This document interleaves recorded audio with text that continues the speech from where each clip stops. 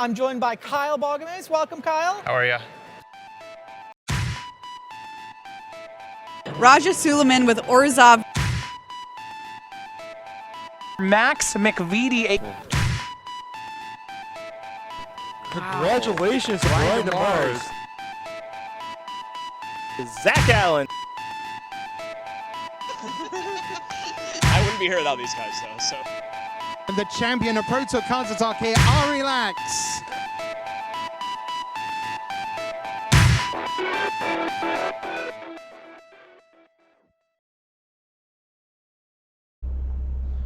Hey there everybody, welcome to another episode of Making Magic Happen, brought to you by RIW Hobbies and Games in Livonia, Michigan. My name's Connor, and today we're playing some Pioneer. I'm about to play the Pioneer Showcase Challenge on Magic Online with my favorite deck, pretty much in all of Magic right now, Lotus combo.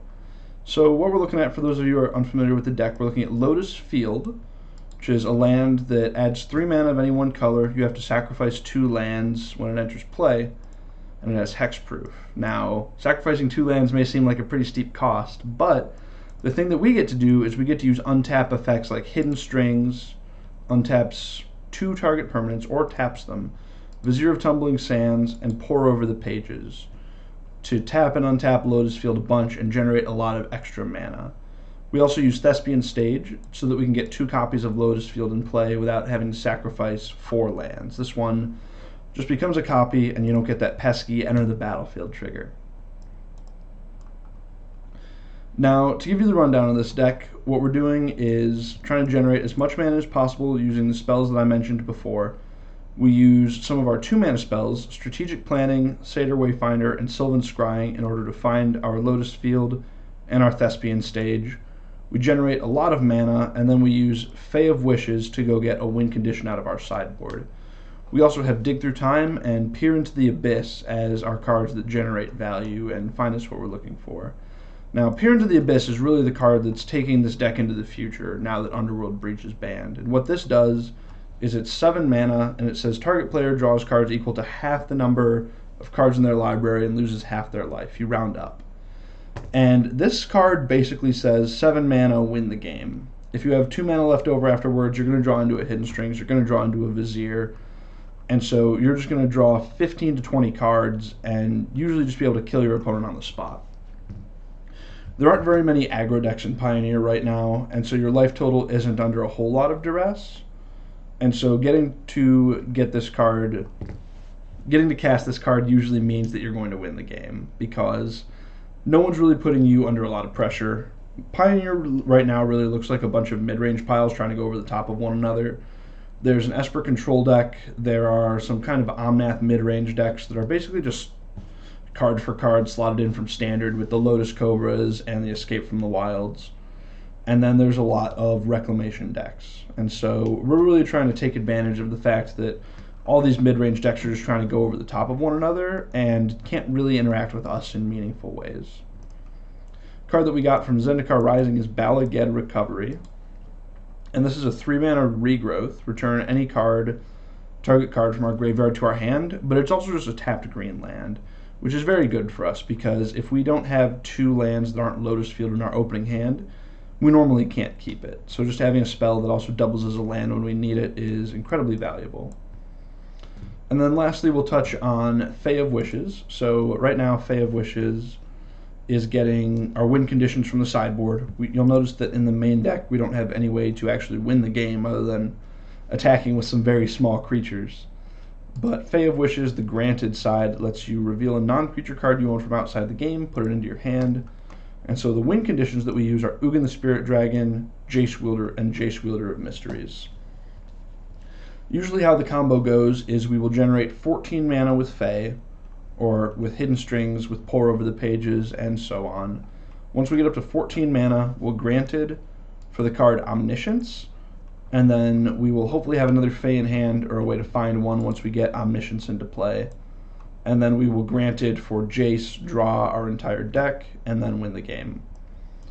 Ugin is good against a lot of these mid-range and honestly some of the bigger creature decks.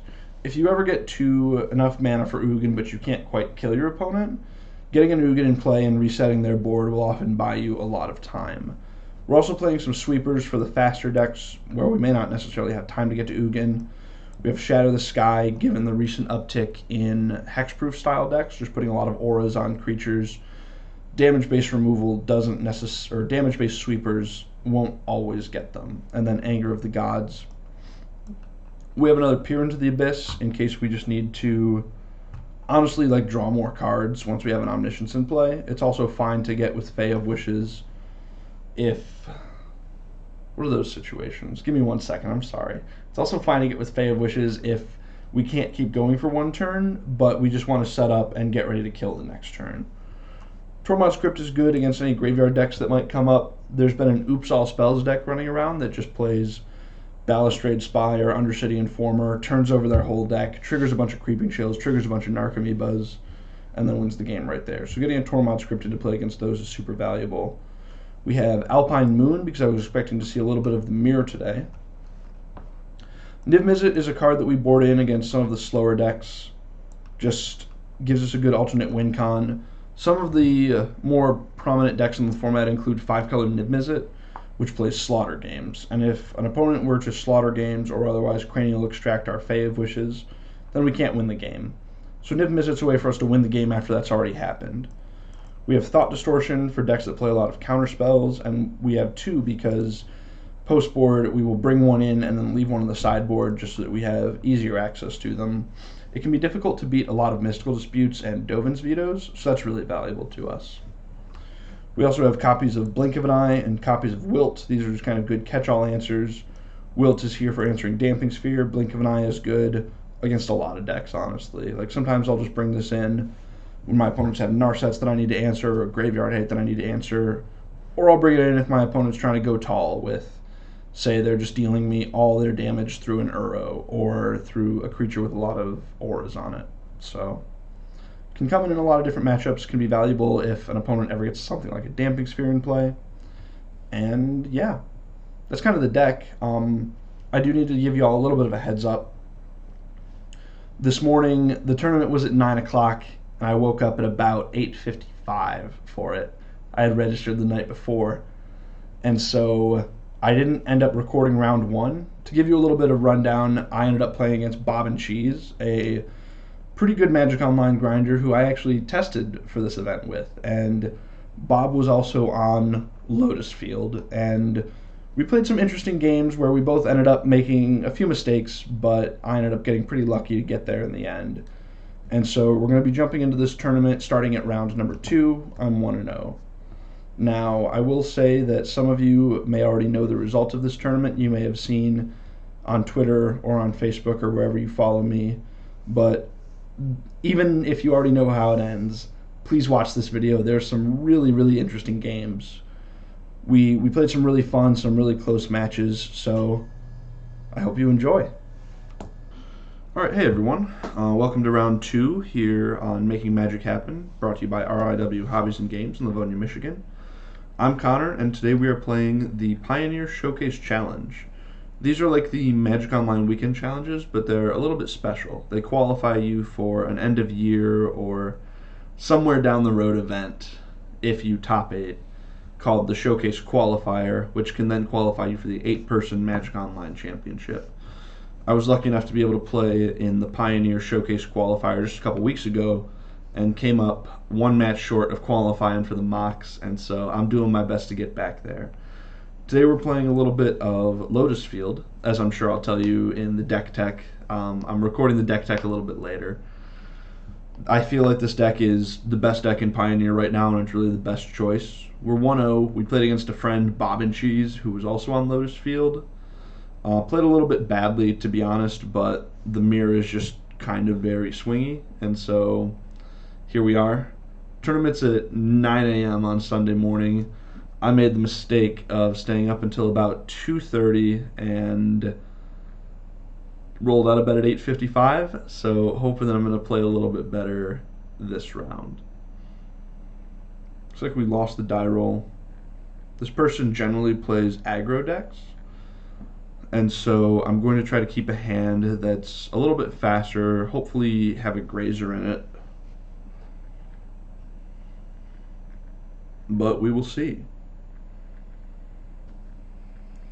A lot of people in these Magic Online tournaments, sometimes between rounds, they'll like, I just went and took a shower, or they'll go and do something else. And so, not surprised to see our opponent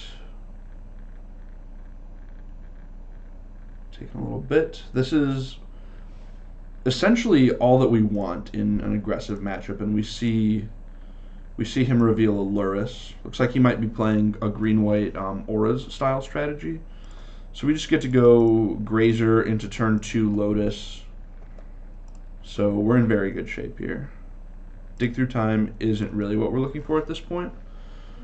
We're trying to find a Thespian stage, really. Okay, yeah, so this is a green-white SRAM deck.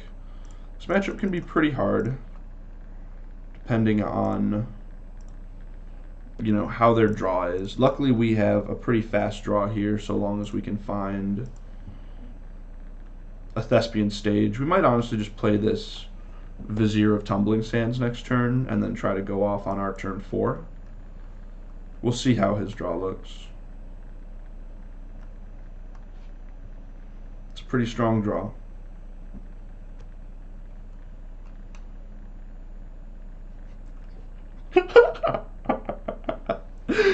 Oh man, I love this deck. Everything is easy, nothing matters.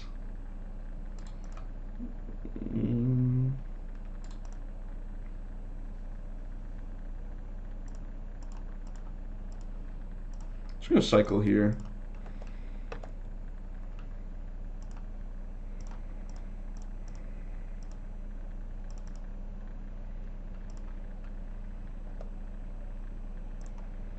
Strong draw, very strong draw. Let's see what he can put together. So the plan this game, it's going to depend on what he does. If he taps out this turn, we're going to obviously make a bunch of mana and try to go off. If we can't go off, what we're going to do is just use Fae of Wishes to go get like a bounce spell and just bounce SRAM, and then he just doesn't really have anything going on. It looks like we're going to be able to win this turn, though. That Hidden Strings should lock things up.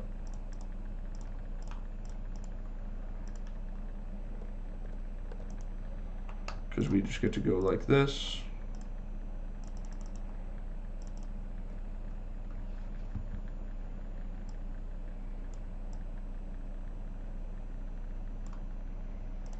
Wow, I didn't draw any other Hidden Strings with that. Kind of unfortunate, but we are able to start chaining some Viziers together to make our mana.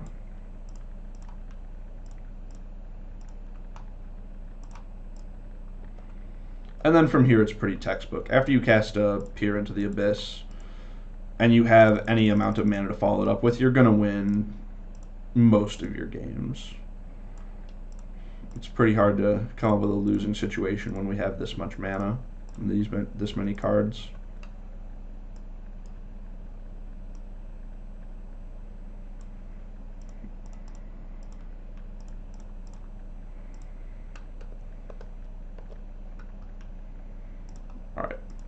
We're going to use our new favorite card, Balaged Recovery. This thing getting back Hidden Strings is essentially just +1 mana. And at this point we've got 14 mana.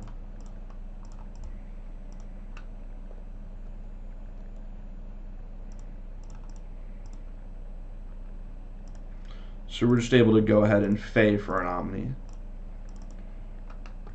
Or granted for an Omniscience, rather.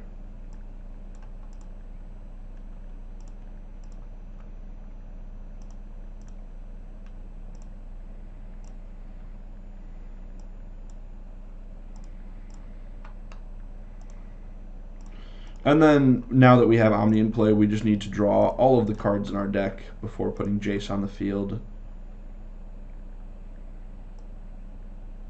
Let's go ahead and get Jace, make sure that I don't mess this up.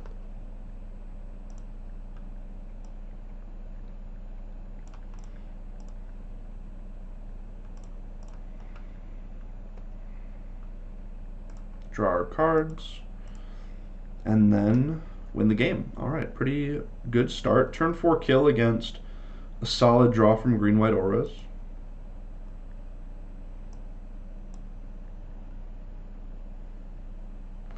In this matchup, So there's two versions of the Aura's deck. There's the black-white version, and then there's the green-white version. Now, the black-white version plays a lot of creatures that wilt kills. They have the black 1-drop Hateful Eidolon. They have the white Alseid of Life's Bounty. And then they have usually some Stonecoil Serpents. So wilt is actually like very strong because about half the time it's just Terminate. Against the green-white version, that doesn't really happen. As far as I know, they don't play the Stonecoil Serpents. And let me think.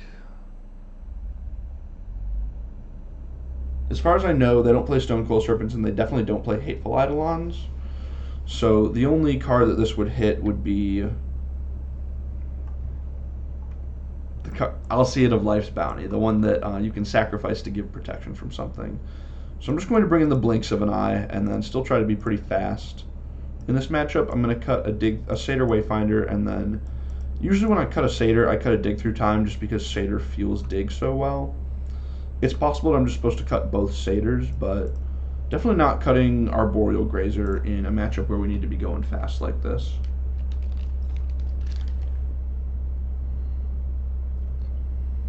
This hand is acceptable. Obviously, not having a Grazer is not the best. But with a deck that needs as many pieces as this one does, you can't really mulligan to a Grazer plus the goods. You just kind of have to hope to get lucky some of the time.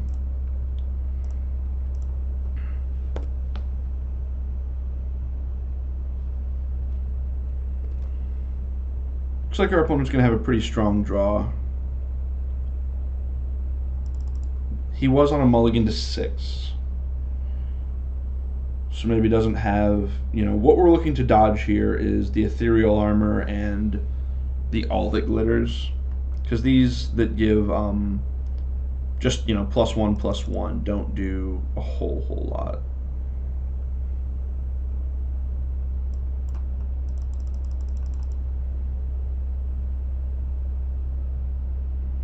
Just going to go ahead and get my Lotus.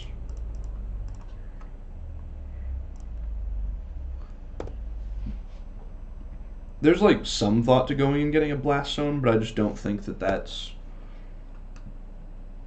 a very realistic game plan, to be honest. Alright, so he's got a pretty strong board. 6 power now, 8 power next turn. So I do need to make something happen next turn.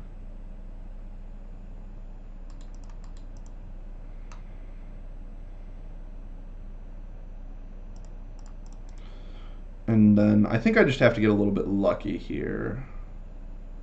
I'm just going to cast a Planning.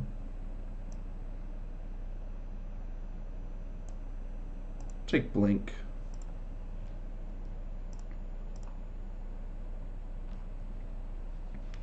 Obviously, we could just die this turn. Ethereal Armor does kill us.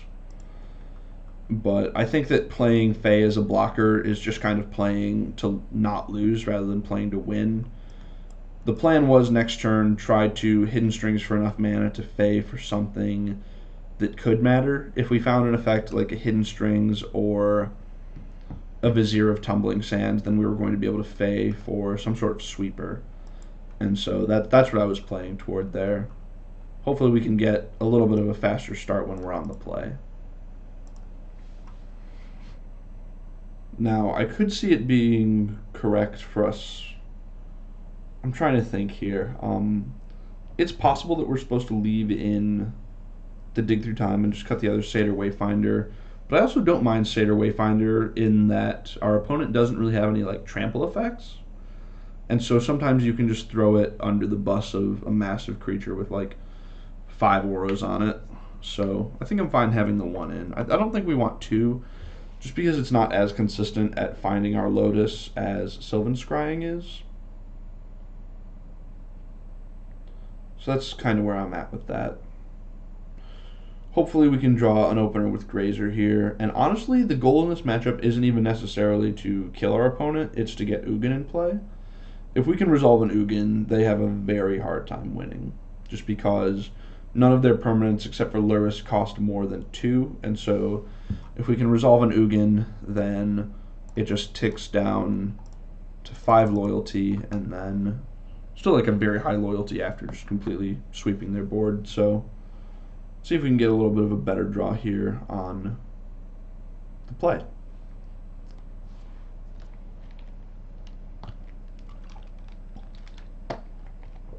Hand does not have green mana.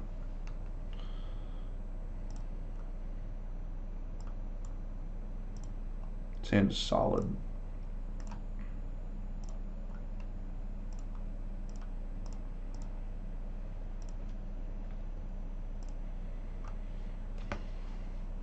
With this deck, I really don't mind just mulliganing to 5 and sometimes even 4 cards looking for a hand with functional mana. That's really all that we need with this deck.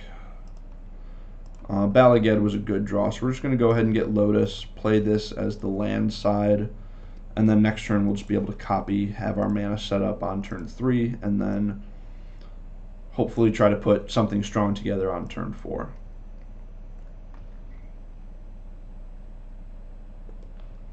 Alright, looks like our opponent's got a pretty slow draw.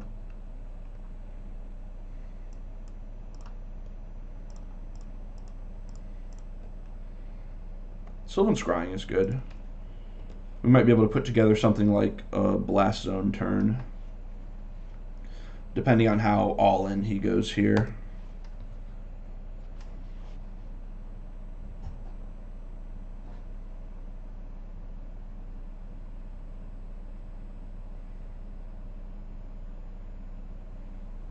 That's it's a lot.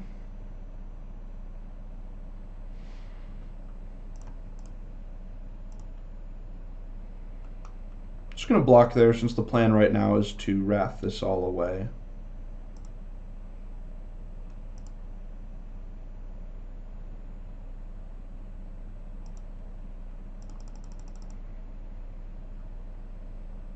Do I?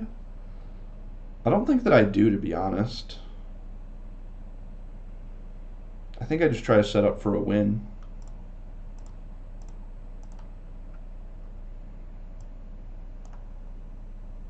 Man.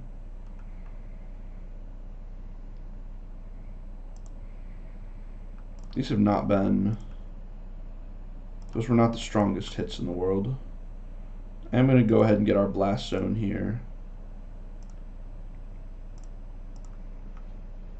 Alright, we're going to need to get a little bit lucky to win this one.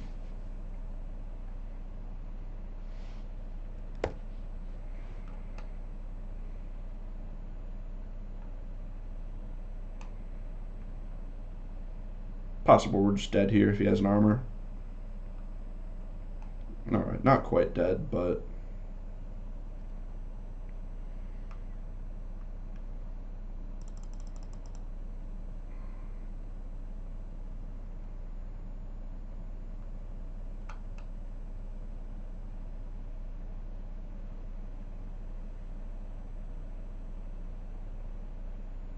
Alright, so I'll go to 1.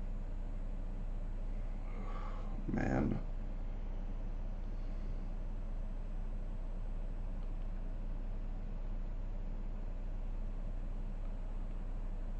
What does that do for me?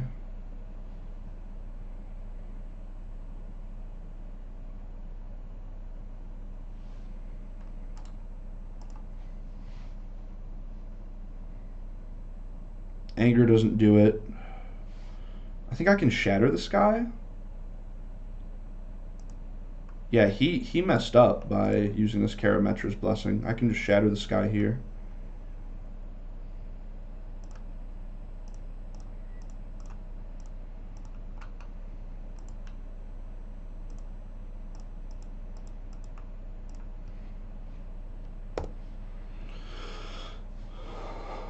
Alright, let's see if you can rebuild.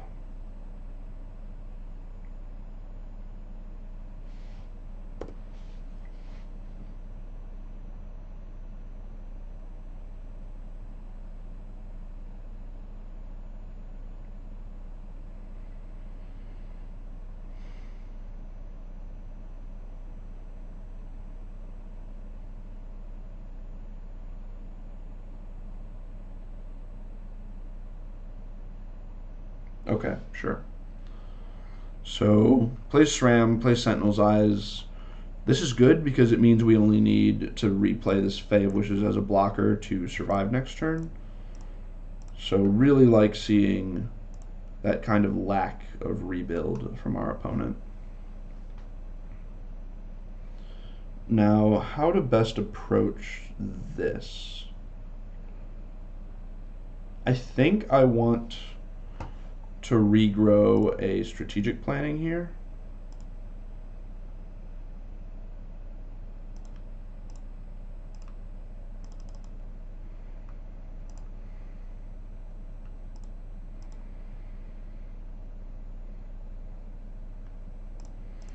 I'm just going to cast Fae of Wishes.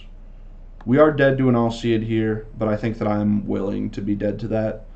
If I were to planning and then not find enough to go off, we would have to use our hidden strings to replay Fae and survive. And we're going to need this strings to win the game next turn if we get that chance. Alright, Griff Spoon is fine. Our Fae does have flying. We're looking to dodge a trample effect or a pro-blue effect.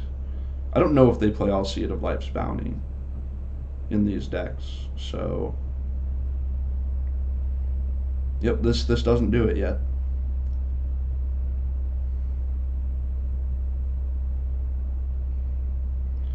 Now, notably, something that we can't do this game is we cannot peer into the abyss. Because we're at 1 life, and as far as I know, I don't think that we have any ways of gaining life. Peer into the abyss won't work for us, just because it says draw half your deck, lose half your life rounded up.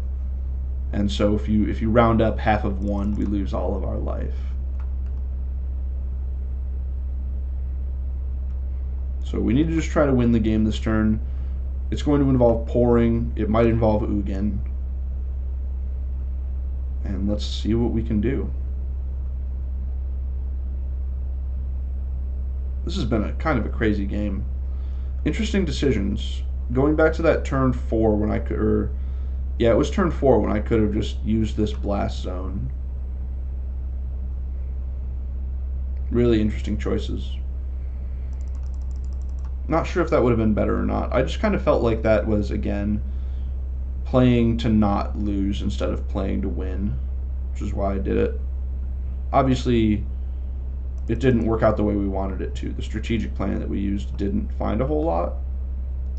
Okay, what does that do for us? So that does get Ugin. I honestly don't think that that's good enough at this point. Ugin just kind of doesn't... It wipes this board. But at that point we've used one of our strings and 2 of our Fae of Wishes. And, you know, he's got 7 cards in hand. And so, well...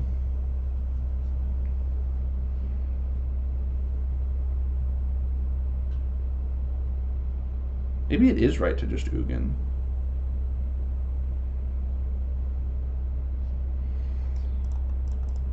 Yeah, I think that just Ugining is fine, to be honest. Not really sure why I'm opposed to that.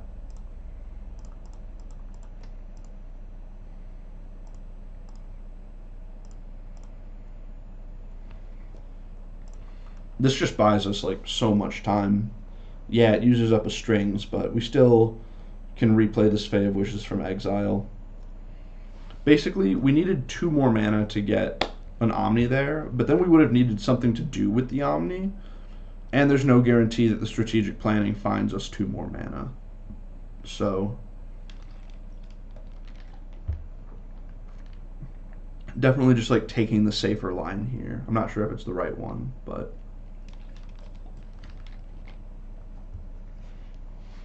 buys us a lot of time.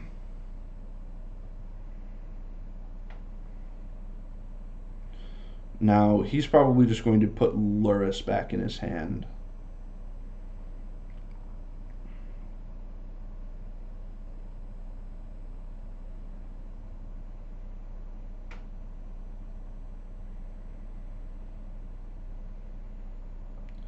He can put Lotus in his hand, play it and then put like Sentinel's Eyes or Cartouche of Solidarity on it. We'll see. The problem with that play is that that lets me down-tick Ugin to exile Lotus forever. So I'm not really sure if he'll want to go for that or not. Man, 1 is such an unfortunate life total with Peer into the Abyss in our deck.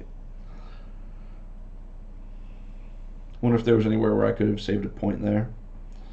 You know, I think that my game plan wasn't very coherent back on turn 3 or 4 when I blocked with my Arboreal Grazer to just save myself 3 points of life, because I had been planning to crack the Blast Zone on that turn, but then I decided not to, and so I definitely could have saved myself some life by not blocking with Arboreal Grazer on that particular turn. So that might have been a mistake. I'm not entirely sure. I don't remember if my decision to be cracking Blast Zone was correct given the information that I had. I would have to go back and rewatch that, but it's entirely possible that I could have saved myself some damage on that turn and made it easier to combo off in the late game here. This has been a really interesting game, though. Honestly, the fact that Shatter the Sky is in my deck instead of some damage-based removal is really awesome, and I wasn't planning on doing that, but I was convinced by Will Pulliam and actually my round 1 opponent Bob and Cheese that having a Shatter, just like a Wrath of God, is better than having something that, you know, is damage-based, like a Storm's Wrath or a Finale. I think it's an Hour of Devastation, so really happy that we ended up going with that and ended up paying off big time this game. I thought I was dead that turn and then just ripped a Fae, and so that was pretty good.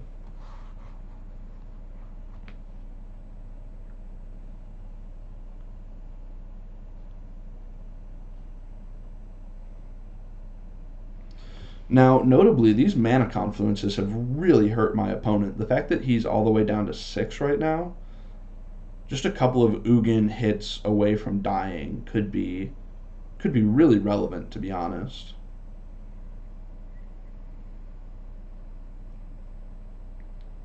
Because he won't be able to use these mana confluences for very much longer.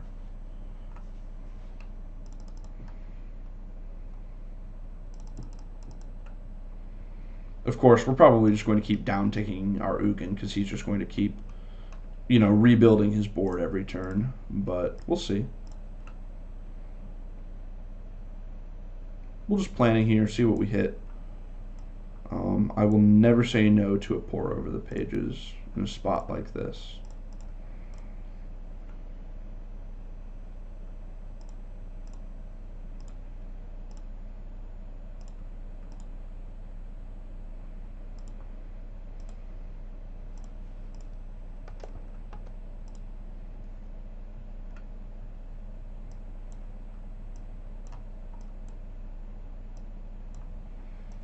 Just going to cycle here, see if we can find something good.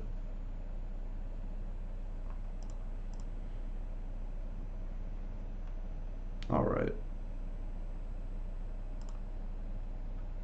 Going to play stage, copy a Lotus. Downtick Ugin, replay Fae, and then pass.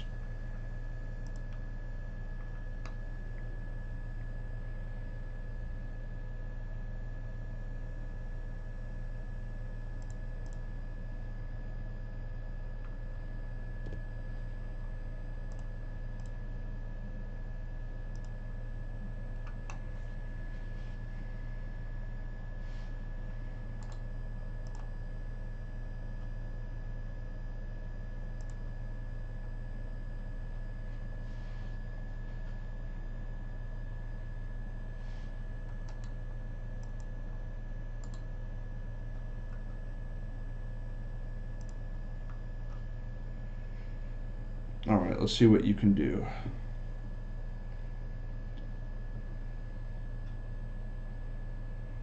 If he takes one more point from a mana confluence, if he goes down to 4, we can just attack with Fae and bolt him with Ugin, which is just kind of an awesome spot to be in.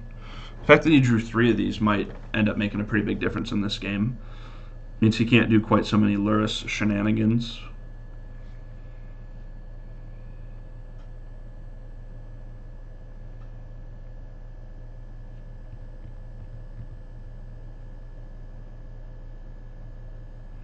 Really glad I ended up deciding to go for that Ugin line. I had forgotten just how much time Ugin buys. It just essentially lets you wrath their board 3 turns in a row, and they just have to keep rebuilding into it and then getting wrathed again, because otherwise it'll just kill them. It's very nice.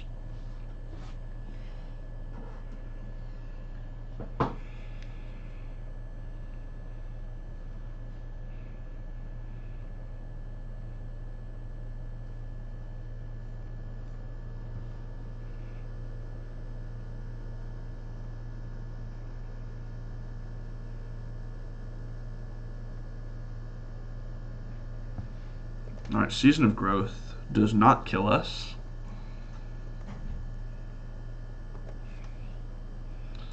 Let's see what he does with the Scries. Scry to the top.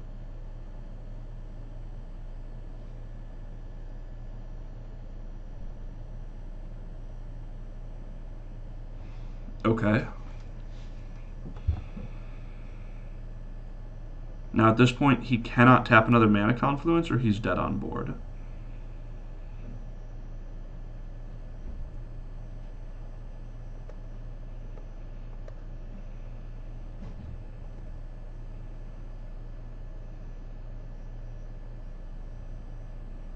Of course, if he gives one of these creatures flying, then we aren't able to attack through with our Fae of Wishes, but we'll see if he sees that.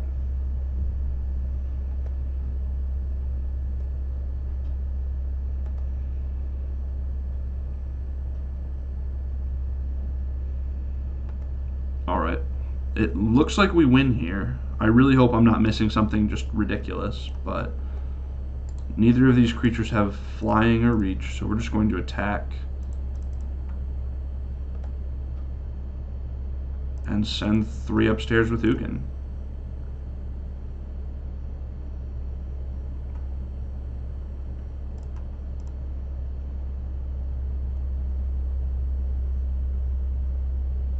Alright, opponent sent us a nice message in the chat.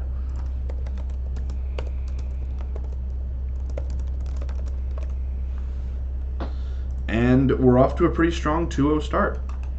I'll see y'all back for round number 3. Hey everyone, Connor here, back for round number 3 of this Pioneer Showcase Challenge. Playing against someone who I know that I've played against recently. I can't remember exactly what they're on, but this hand is pretty solid, so we're going to keep. Kind of got everything we need. We've got our Lotus, we've got planning, stage. Depending on what they're on, we might use Sylvan Scrying to go and get a Blast Zone or something similar. I think I just take our Boreal Grazer here. It's not very good after turn 1 and 2, but still alright. Alright, so it looks like they're just on one of the Omnath pile decks that's been going around. So what I'm going to do here is I'm just going to go ahead and scrying for another Thespian stage. Blast Zone isn't very good in this matchup. And then just get Lotus Field into play. I think I might have played against this person during last night's Pioneer Challenge. So we'll see how the match goes. 2 Viziers means that we should be able to. Let's see, we're gonna have 5 mana, so we might be able to copy plus pour next turn. We'll see. I think that we're a mana short right now, but if we find another Vizier or we find a Hidden Strings, we'll be able to do pretty much everything.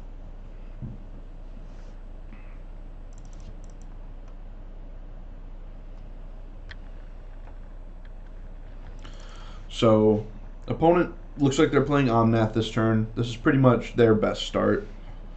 Okay, that's actually very good for us. Playing Uro instead of Omnath Omnath is really kind of what drives this deck. It lets them play their... What's it called? Lets them play their draw 5s, their Genesis Ultimatums, and their Escape to the Wilds. A little bit ahead of schedule, although it looks like with this Fabled Passage, our opponent's going to be able to play Omnath this turn anyways. So this was a really good turn 3 for them. Let's see if we can have an even better turn 4 on our side.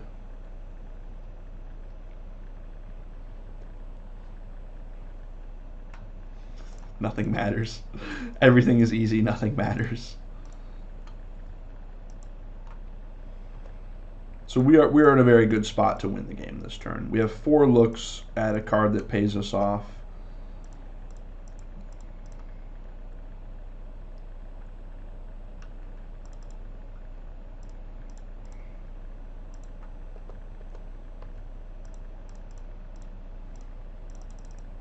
We have a lot of mana. That is really unfortunate.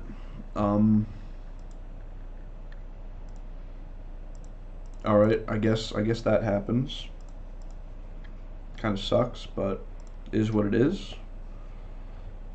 Now, as soon as we find something like another Pour, a Peer into the Abyss, or a Fae of Wishes, we're just going to be in a really good spot to win this game. So, I mean, we had 5 looks between the Viziers and the Pour at something that, you know, let us use all of our mana. Sometimes you're just going to miss.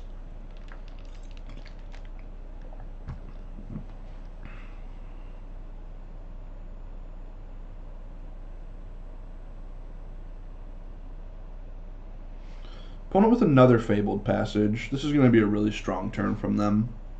If they have something like Genesis Ultimatum or Escape to the Wilds in their hand, and it looks like they're escaping here, then this is probably going to be a scary turn. This Fabled Passage is going to give them a total of 6 mana. So it's possible they could escape again, they could Growth Spiral, they could Teferi. None of this really matters. Really, we're just trying to avoid getting killed. And so we're hoping that we don't see something like a Kenrith come off the top, because Kenrith can make their clock very fast. Really just want them to be, you know, attacking with this Omnath and this Lotus Cobra, and us trying to block with our little O3s here.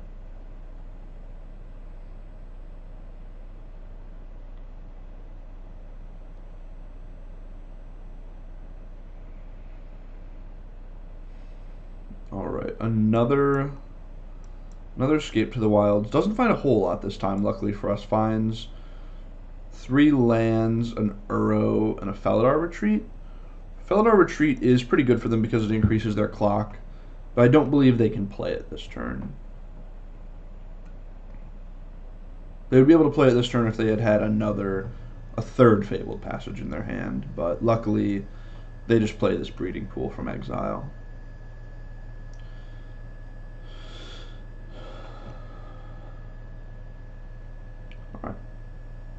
Looks like we're getting another turn, and the good news is they didn't find something like a Genesis Ultimatum, because Genesis Ultimatum is the pretty scary one. That's the one that lets them find their Kenrith more easily and then have a lot of creatures to be attacking with.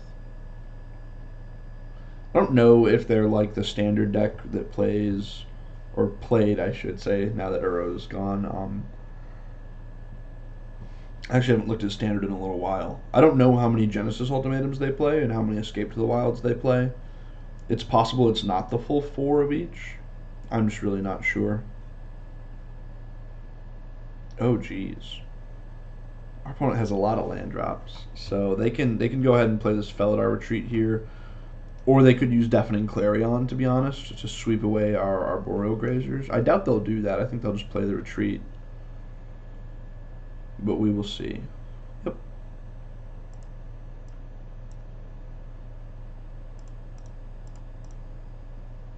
Just going to block like this. Blocking there saves the most damage in case of something like Kenrith happening next turn, giving Trample. What does Fae of Wishes do for us? So we have 1, 2, 8, 9 mana.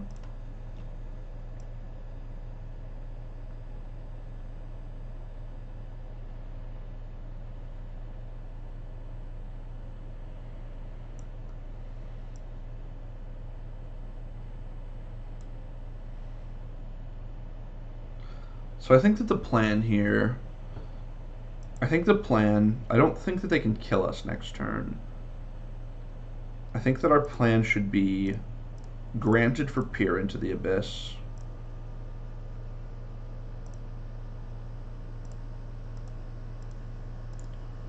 Copy Lotus. And then replay Fae of Wishes to try to not die. We're going into next turn with 14 mana. So if we actually do get to cast this Peer into the Abyss, we're almost certainly going to win.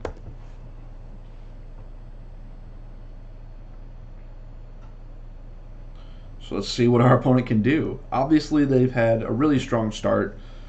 Getting this many permanents into play on turn 4 is just kind of very, very good. But whether or not they'll actually be able to get across the finish line in terms of damage this turn is another story entirely. They honestly only need to get us to 1, because from 1 life, as we talked a little bit about in round 2, Peer into the Abyss doesn't do a whole lot. And so, or I shouldn't say that.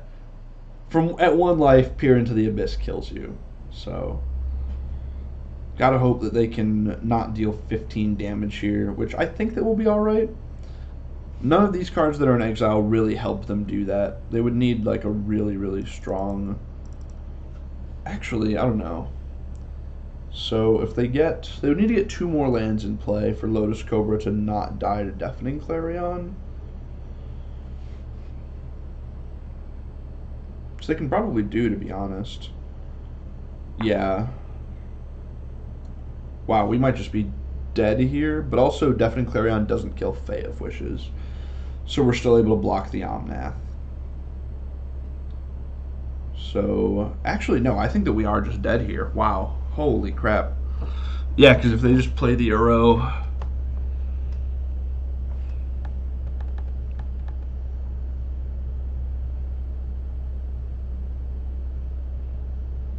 Trigger again, we take 4, Lotus Cobra survives, Deafening Clarion. Wow, no, we're just dead. I wonder if I messed up here.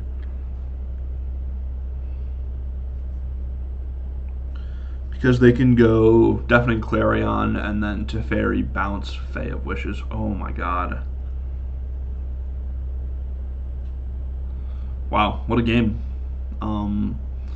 It's honestly possible that I messed up last turn. I'm not entirely sure.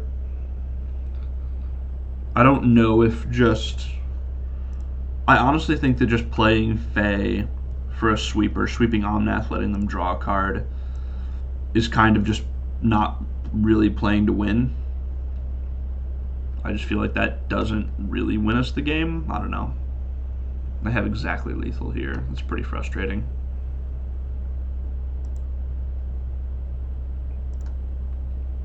Alright, well, we'll try to win the next one.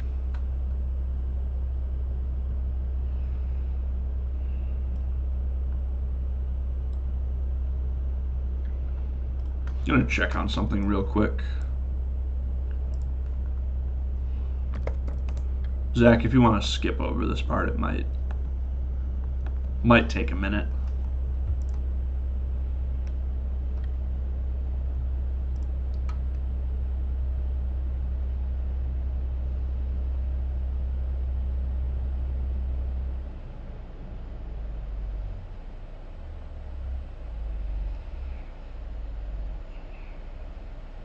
Alright. So I was just looking at a list on MTG Goldfish and seeing like how much counter magic they have. They really only bring in 3 mystical disputes, and so I think that's not really worth bringing in our Thought Distortion. So I'm just going to bring in Blinks of an Eye to slow them down a little bit, and then get rid of a Satyr and an Arboreal Grazier. Wow, that was a really strong draw from our opponent. This is a very strong draw from us, though.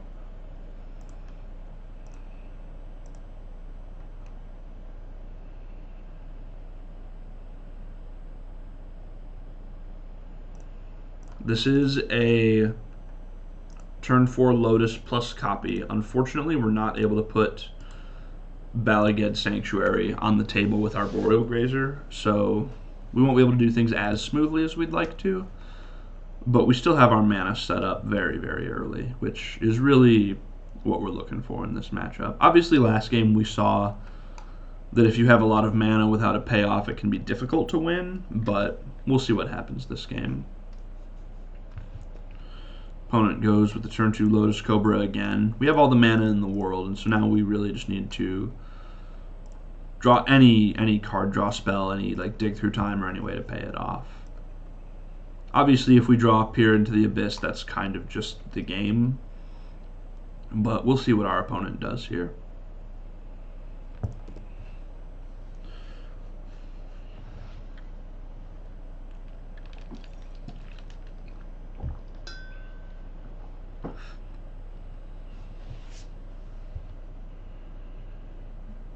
Looks like they've got to start similar to what they had last game, with just turn 2 Cobra, turn 3 Uro plus Omnath.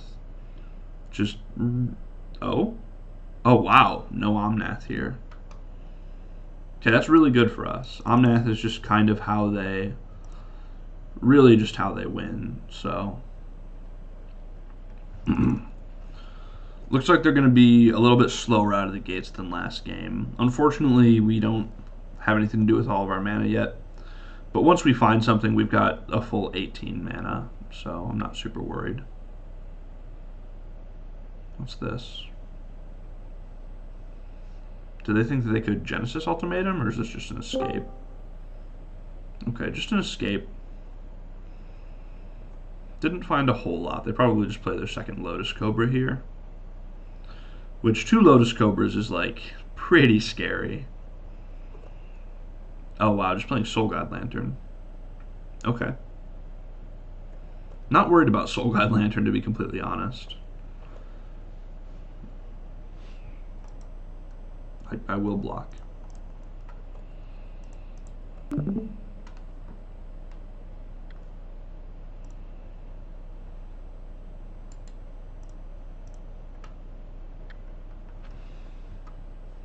What can Fae of Wishes do for us? So we generate 18 mana, right?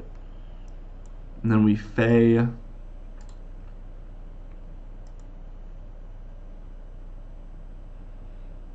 we can Fae for Peer. We can Peer into the Abyss, have 7 mana floating, and then just try to win? I don't know. Yeah, I think that's what we do.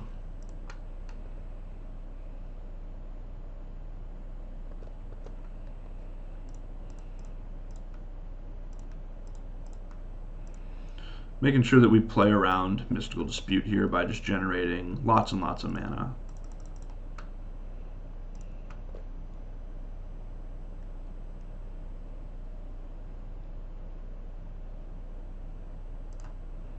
Yeah, we'll go ahead and Peer.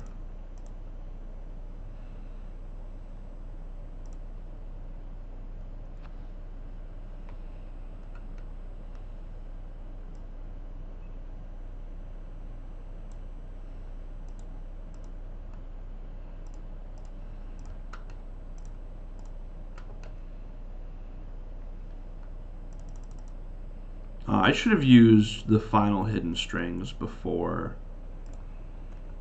I did that, but not the end of the world. Before I cast my Peer.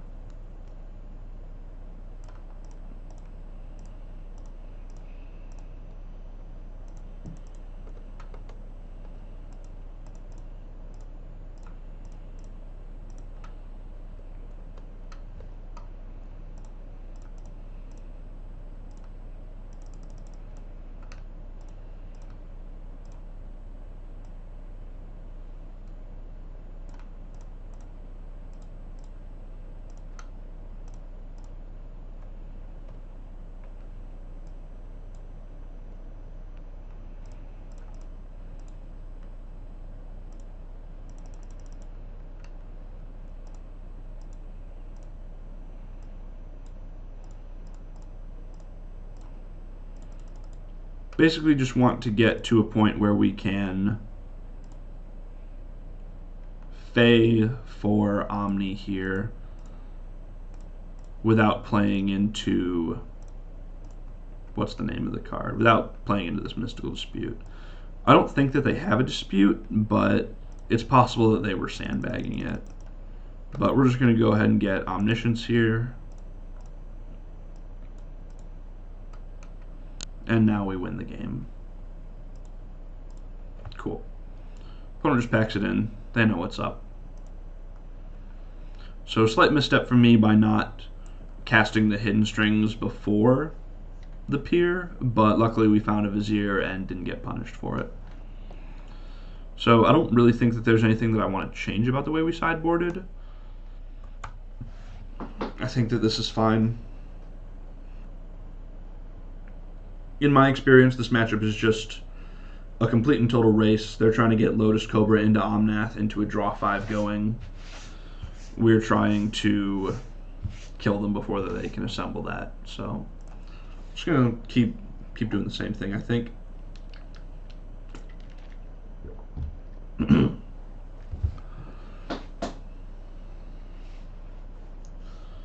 Hand does not have a way to put Lotus Field in play, so I will mulligan.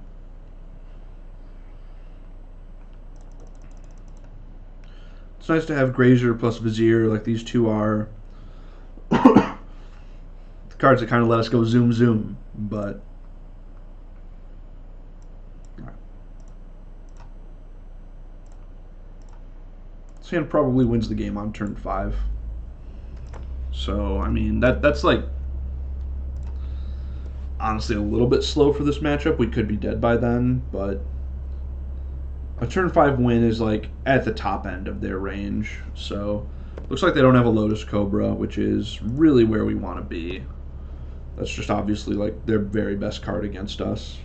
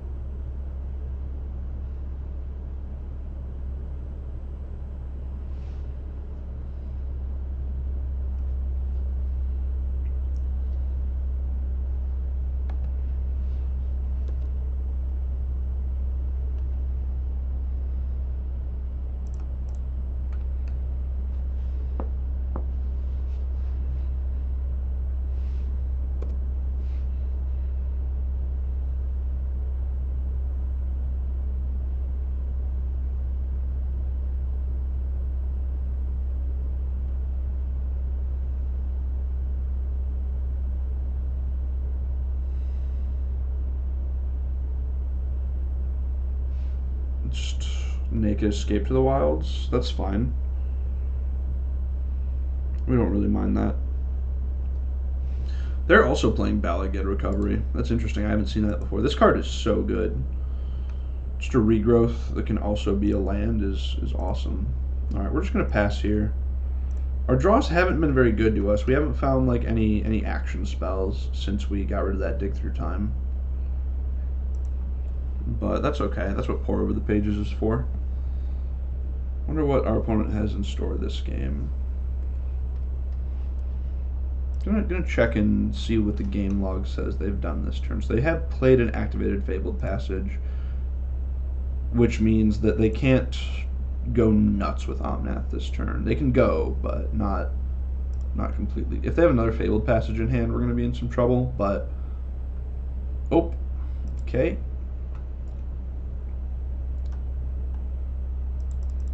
So in response to that, I'm just going to blink Omnath back to their hand. I don't want them having 5 more mana this turn. Alright, we do get them to use their Mystical Dispute, so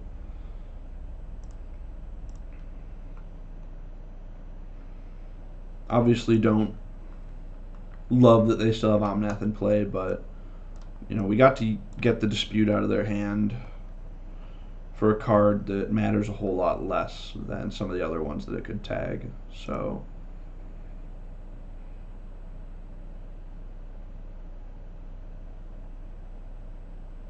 they likely drew this Lotus Cobra off of the Growth Spiral, if I had to guess. And they just get Mystical Dispute back. Alright, well, I'm going to try to win this turn.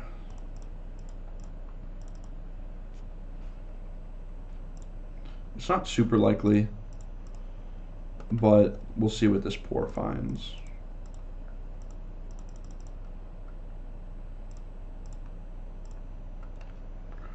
Alright, so we're at 8 mana right now. So at worst, we can just like Wrath their board.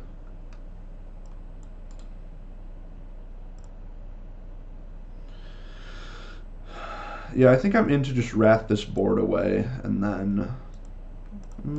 I don't know.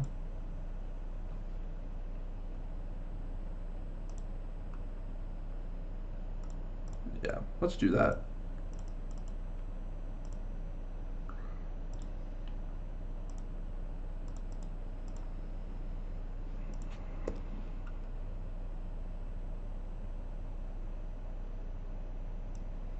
They do get to draw a card off our Shatter, and now they have Uro to rebuild with, but I think that just keeping their mana engine off the table is what's going to serve us best in the long run. Omnath is like really their best clock because it can deal like 8 points of damage a turn plus, you know, everything else that it does. So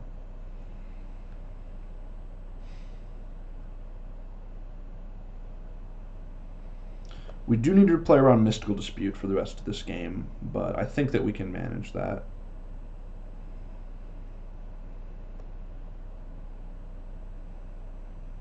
Alright, yep, here's the Uro.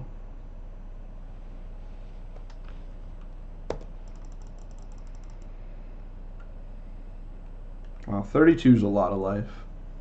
Life gain in Pioneer's kind of out of control right now. Okay. Well, that's a draw. That's a really strong draw. We'll play Thespian Stage first so that they can't dispute us.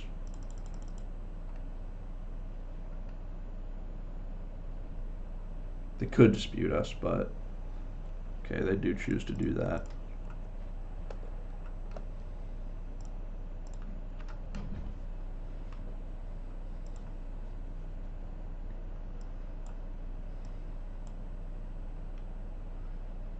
So we have 10 mana here. We're 2 mana short of being able to Ugin. Just planning and see what we find. If we find another strings, we can just kind of kill them. Pour is also solid. Hopefully. It's kind of always unknown with Pour, you know. Never know what you're going to get. In that case, what we got was very good. So we'll just go ahead and peer here. We do need to get a little bit lucky. Okay, we did find both of our hidden strings in the top half, which is honestly just incredibly good for us.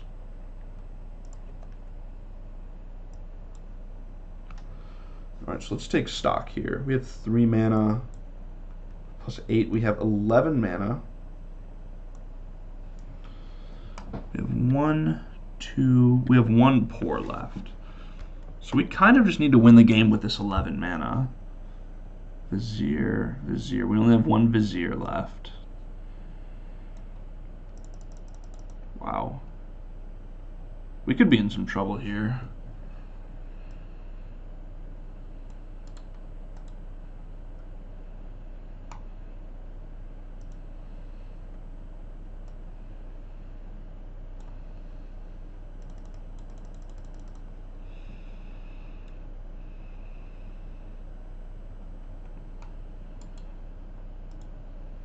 I'm gonna need a minute to think here, y'all. Oh, jeez.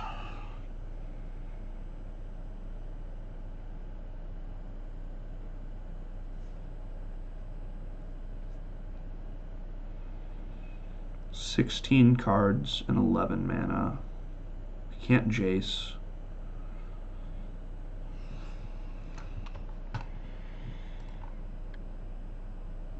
We can't even Ugin. Can we Bala-Geta Recovery the Shatter the Sky? Maybe. It costs 7?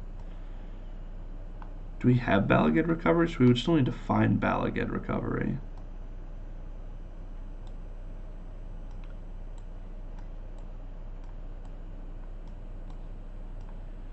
I honestly think that that's our best shot. Like, just looking at the spells we have in hand, only having one more pour is pretty bad. It means we can't just, like, generate a bunch of mana. We have to do something this turn. So we're going to start with strings.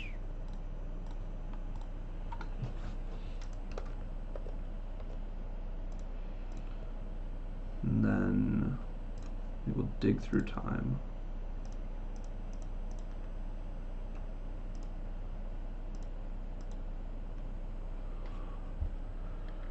Okay, so we found...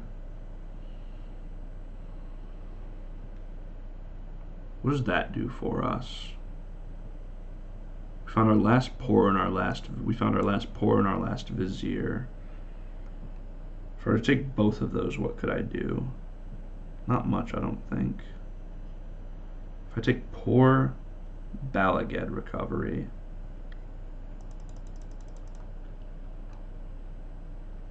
I think it's pour, Bala Ged, and then we're going to stack it vizier, dig, and then doesn't matter after that. Okay, let's pour.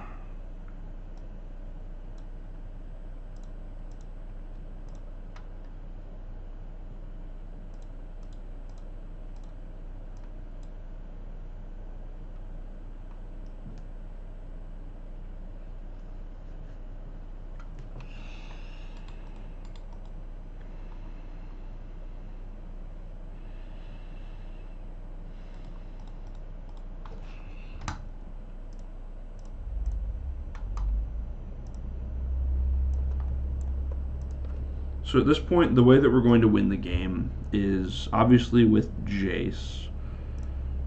And we're just going to need to buy as much time as possible so that we can draw our deck. Kind of messed up there, but I don't think it's a huge deal.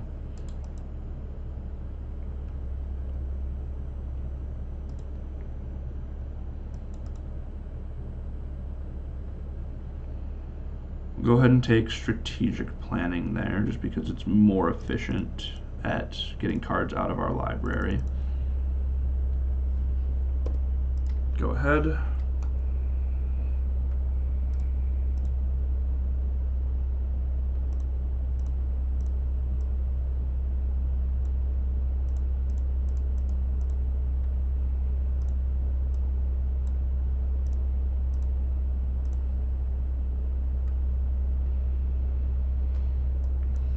Alright. I think that our kill is going to be over 2 turns here, so we're going to need to get a little bit lucky and hope that our opponent doesn't have a way to quickly kill us. We're also going to need to hope that they can't counter the chase. So next turn is going to be our setup turn. We're going to get Jace into our hand. We're going to get as much mana in play as possible. So our opponent's obviously escaping their Uro here. We're going to get as many blockers in play as possible as well.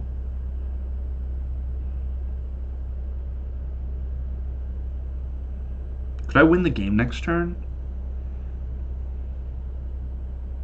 If I were to go draw step, 7 cards. We have 9 mana, so no, I couldn't quite win the game. But we can set up to win the game.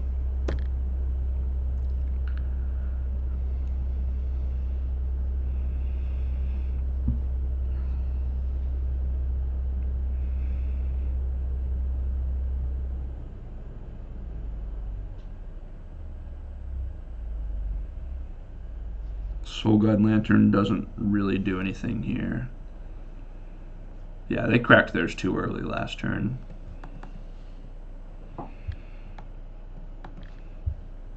Okay, yeah, that just doesn't really do anything at this point. So then Start with Faye.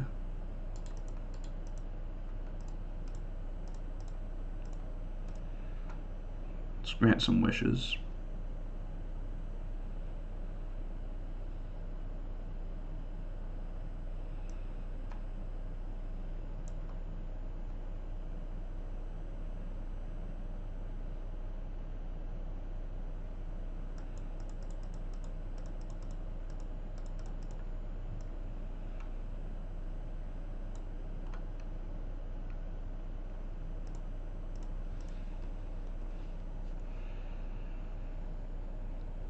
I would like to pay.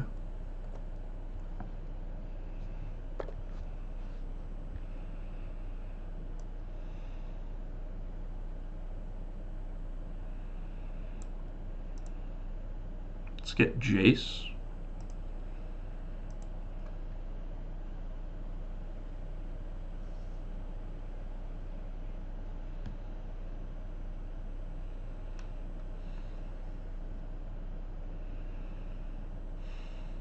Can I make this happen over 2 turns is the question. If I were to Seder Wayfinder here, I have 3 cards. I could make it happen over 2 turns. I'm debating whether or not I want to jam into a Dovin's Veto or not. I mean, that's kind of a decision that I can make next turn.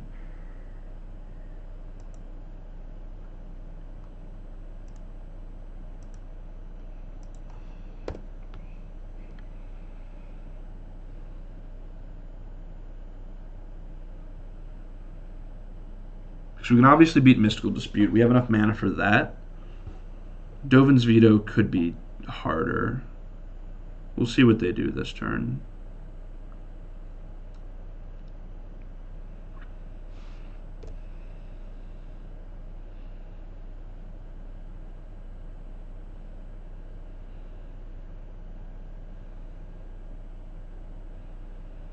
Alright, well, they don't have white mana now. So I'm just jamming if I get the chance. I could just die, though. If they play a Kenrith here, I think I just die. Although I don't have white mana for Kenrith. Oh my god, are we actually going to win this game? Seder Wayfinder blocks, we just slam Jace. They can't... I mean, I guess they could have a veto, or no, 2 Mystical Disputes, but they don't. Otherwise, they wouldn't be digging so hard. No, oh my god. Damn, they found their untapped white mana. Okay. So, because they only have 1 card in hand, I feel fine playing around this. I think that we can beat a Dovin's Veto.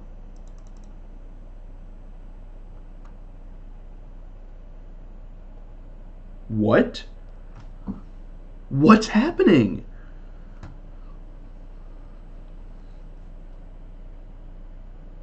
Yeah, they just, unless they have the card negate, we just win here. Right?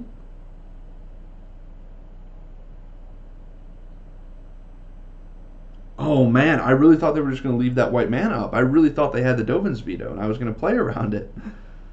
Oh man. Okay, so let's see. I have 5 mana?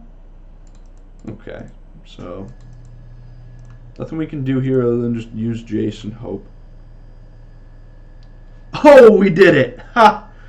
Man, what a game that was. We really had to scrap for that one. Alright, 3-0, baby. We'll see y'all for round 4. Hey everyone, Connor back here for round 4 of the Pioneer Showcase Challenge. We're on the play here, and this is a person who I played against in the challenge last night, and we know that they are on Lotus. So we've got another mirror match on our hands, and obviously the mirror match can be pretty difficult, so we're going to keep this hand and try to get a little lucky.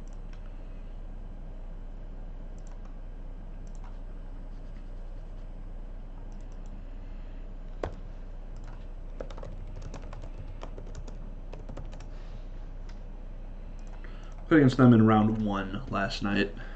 They were able to beat me. I'm hoping that we can kind of turn the tides here. Now, I'm not entirely sure about leaving that strategic planning on top that I just did, but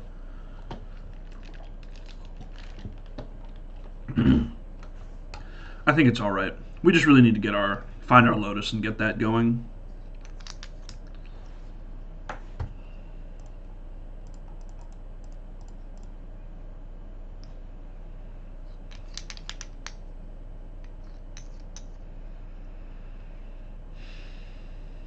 Jeez. We're taking poor here. It's not very good. Man, this is going to be a tough one to win. Looks like they just have a pretty solid draw. It's possible I should have thought about going to 5 with this hand. I'm not really sure. I think it was worth keeping, but the mirror is just so weird. Maybe I shouldn't have.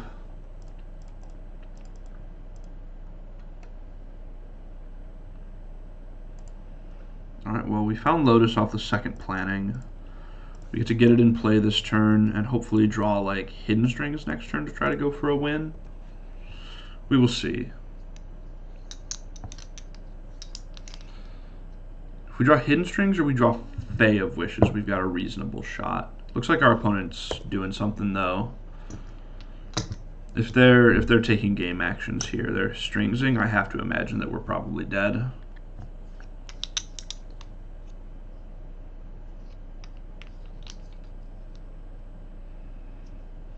Yeah, they probably have another strings and a pour or a Fae or something like that.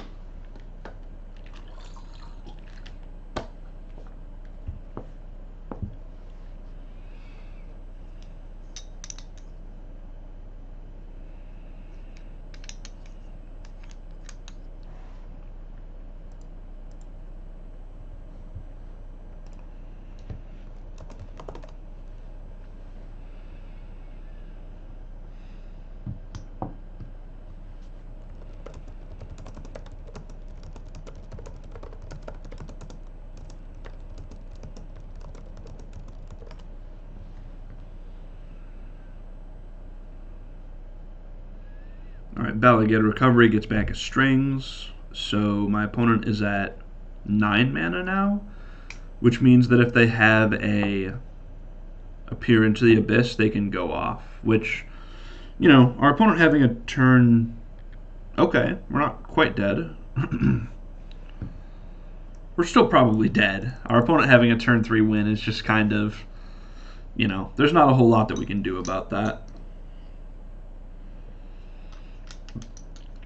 If on the off chance they don't have it, they would have to get very, very unlucky. If on the off chance they don't have it and just pass, we can Vizier plus Pour, try to find a Fae of Wishes or, you know, something else to keep going off. But if we find Fae of Wishes, we can get Alpine Moon in play, shut off their mana, and then we've got a lot of time. So we'll see what they do here. If they don't kill me this turn, they'd better attack with Arboreal Grazer. It's pretty disrespectful not to attack with an 0-3. They're taking a long time on this dig.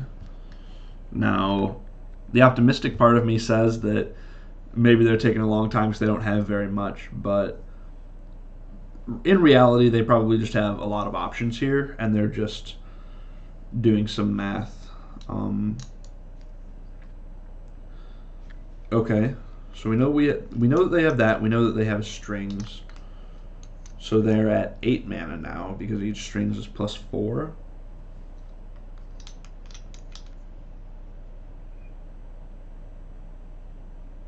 Maybe they had to get lucky and spike something off of that. Maybe they had to spike a Pour or a Fae off of that. Okay. Oh, wow. That's good for us. That's a good sign.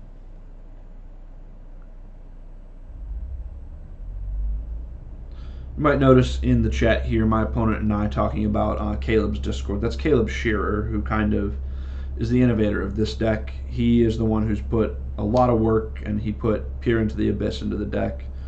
And that was a very good draw. Holy crap, holy crap. Well, it could be a good draw. We will see. I would love to find a strings here. What can we do? Is it right for me to pour or dig? I have no idea.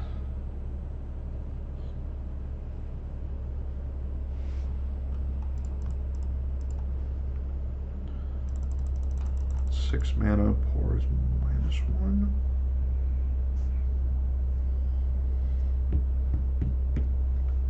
I think we pour first. That was atrocious.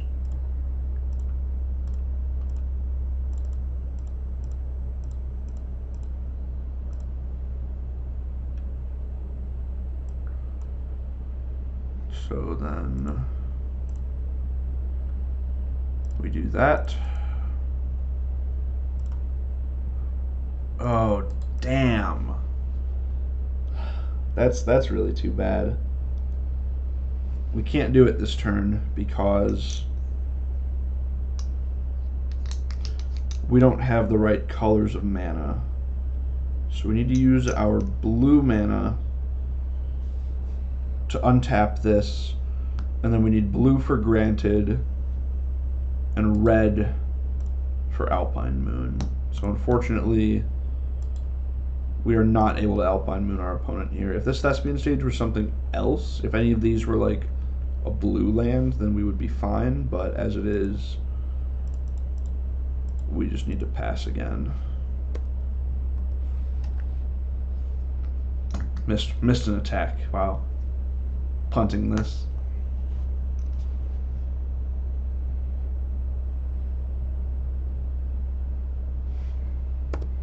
And there's almost no chance that our opponent doesn't have a win here.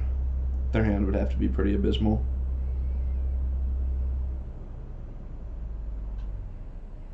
Guess it's just a wait and see game. But as I was saying last turn, the Discord that Eugene Jean mentioned is Caleb Shearer. He produces like a lot of content on Lotus and on Modern Storm. And so if this is a deck that you're like interested in, definitely check out his streams, his Patreon and all that. Him and Paul Muller basically like taught me how to play this deck, and I've really learned a lot from those guys. So if you're interested in that, definitely would recommend checking it out. I'm subbed to Caleb's Patreon, and he gives us like updated lists and sideboard guides and matchup guides and stuff like that just about every month. So it's really a great thing to be a part of if you're a fan of these engine-based combo decks, these blue combo decks.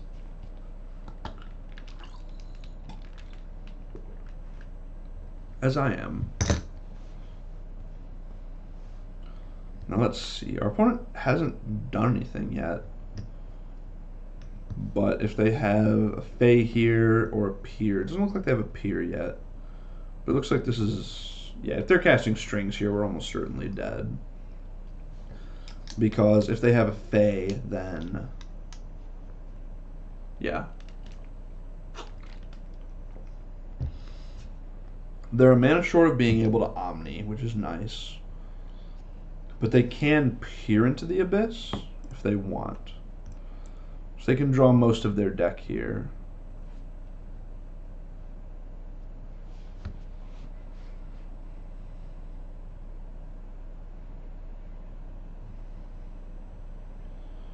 The good news is they've used up now 3 of their strings. How many pours?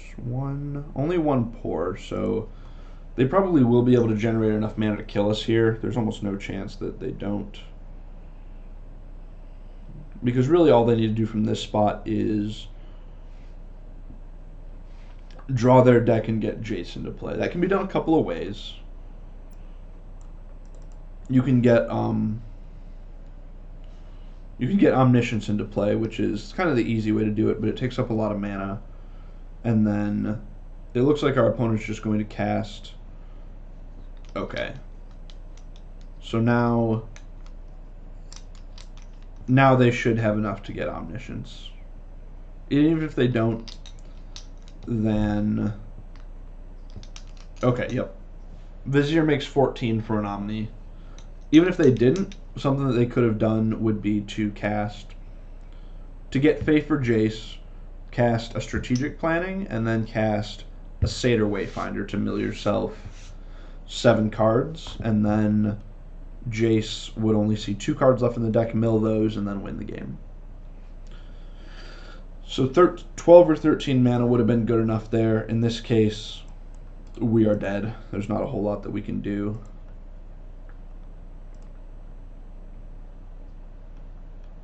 And in this matchup, you just bring in a Thought Distortion.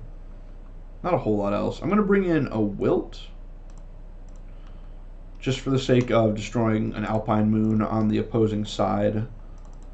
But really, we're just trying to go fast here. The plan is just establish the mana as soon as possible. Try to win on turn 4. Man, really disappointed that I wasn't able to Alpine Moon. It's kind of unlucky that our lands didn't line up the right way for that, because I think we would have been in a really good spot after that if we'd been able to just have a blue land there. But so it goes.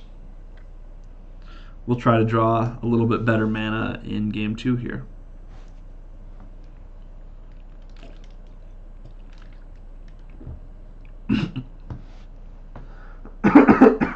Excuse me. Wow.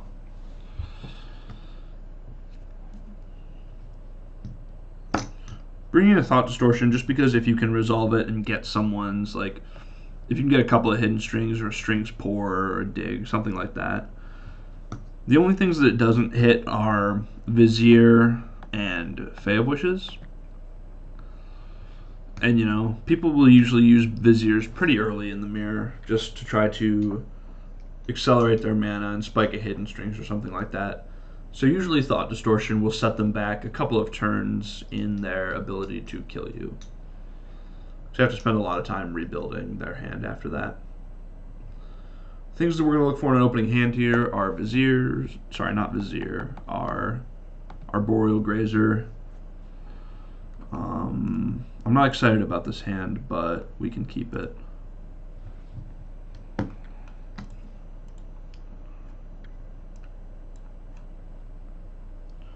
Looks like our opponent also kept 6. Probably a better 6 than ours. Our 6 is kind of on the lower end of the range.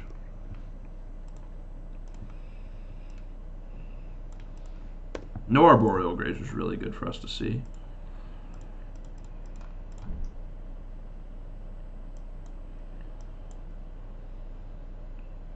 Take a Vizier.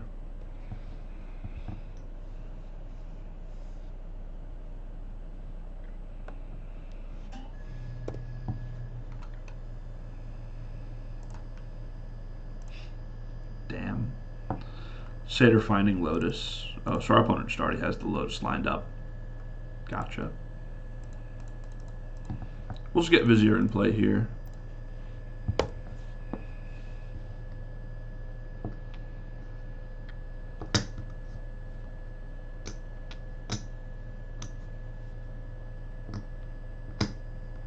Opponent also has a Vizier, or just a planning. So we're going to need to get pretty lucky here.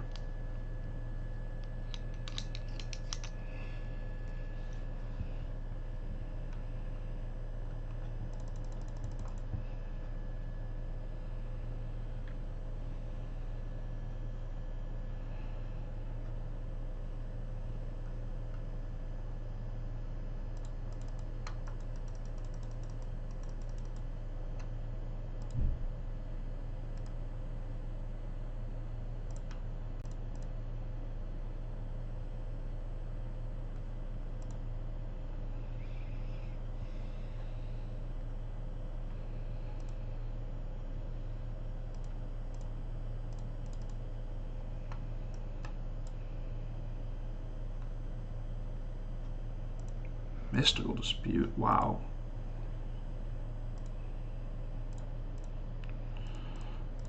Okay.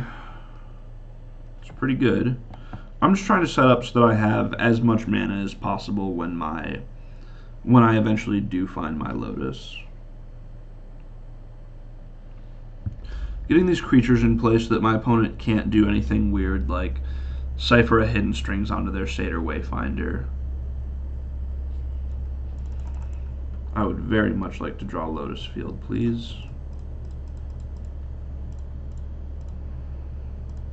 Wow, this is not good. Well, there it is.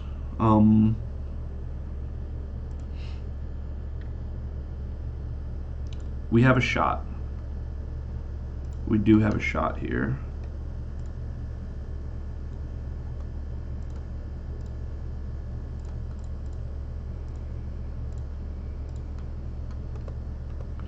I'm just going to thought distortion them here.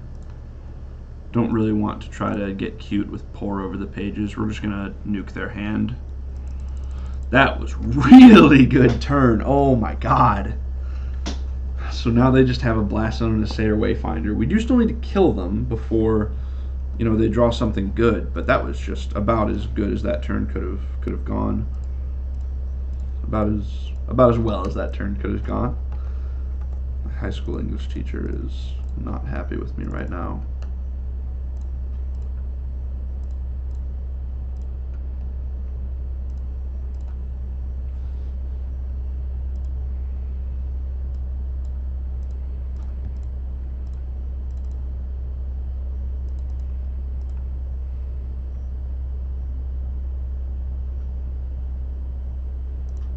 Just gonna get Temple of Mystery here. We need to spike a draw off the top, so just kind of hoping, to be honest. Oh, what are they doing here? They would have dug on their turn, so it looks like they're just charging Blast Zone to get rid of my Vizier, which makes sense. I think it's done its job at this point, to be honest. The reason why we're holding this Grazer is in case we draw Fae of Wishes and need to like recur it to our hand. Man, these mirror games can get pretty weird.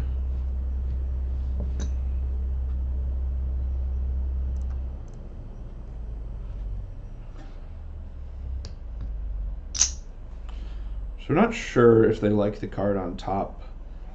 Makes me guess that it's not like a card draw spell. It's not a pour, it's not a dig, it's not a peer.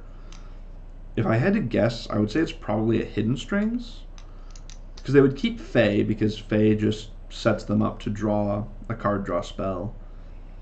I think it's Hidden Strings, because they might need Hidden Strings to, you know, be on top of their library. That, like, they're going to need that at some point to win the game, even if it doesn't directly win the game next turn, if it doesn't draw cards next turn. So I think that them waiting and then putting on top means that they do have a strings on top. We're going to have to, you know, I could be wrong. It could be something else. We will see. This is a very strange game. Hopefully we just like drop Peer into the Abyss here and, you know, nothing matters. Well, oh boy. We do not need a stage.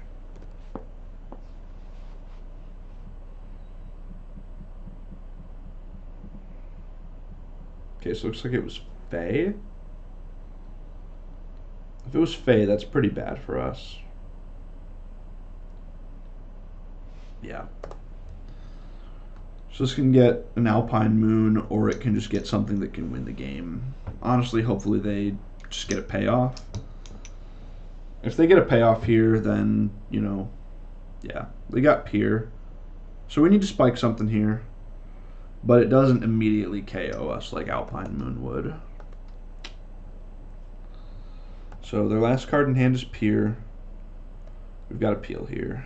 Well, we get to sweat. Okay. Fae is good. How good is it? Pretty sure that's just going to get us our... See, we have 8 mana here, so Fae's just going to go ahead and grab Alpine Moon.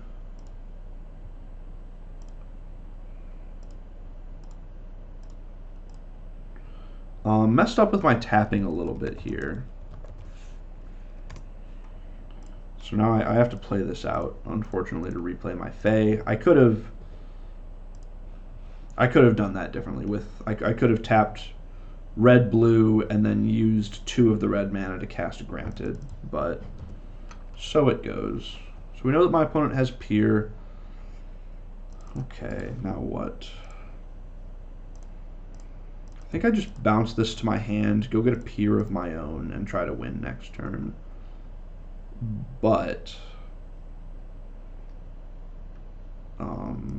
no, I think that that's correct.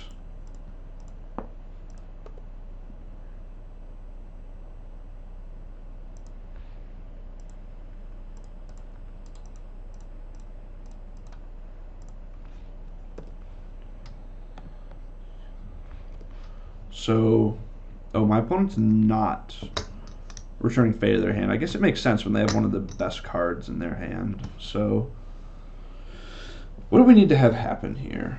Alright, we just win the game. So, something that could have gone wrong there was at the end of turn, they could have bounced Fae, and then if they had drawn a land, they could have granted for an Alpine Moon of their own if they have one. I don't think that they do based on how they've played these games. Okay. I don't think there's anything that I want to change. It's pretty cut and dry in this matchup. So I'm going to go ahead and use the restroom for a second before game number 3, but I'll be back.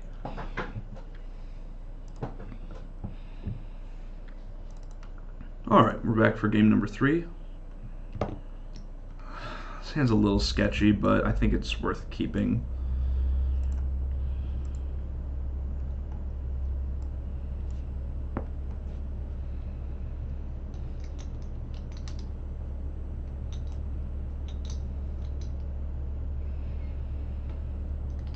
Hopefully these Scrylands let us get set up for a fast start.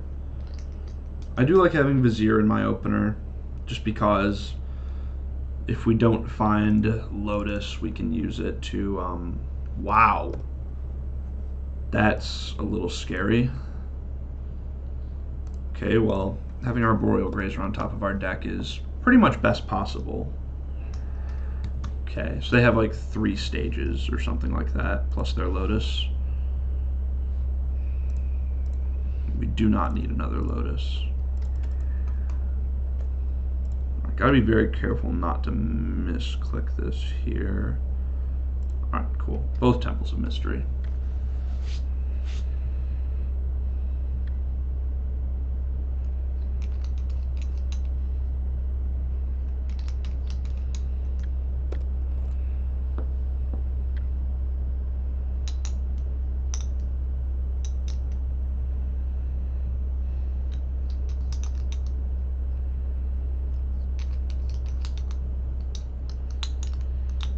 I think I just want to get this Vizier in play. Just maximize our mana next turn.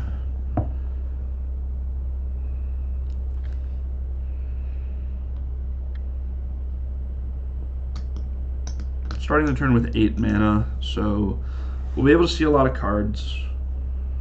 It's unlikely that my opponent has a kill here, but it's possible. I don't think that I can go for anything last turn though. Like I could have cycled Vizier, but I think that that's just really aggressive. Like the odds of a turn 4 kill just aren't super high. You know, it can obviously happen, but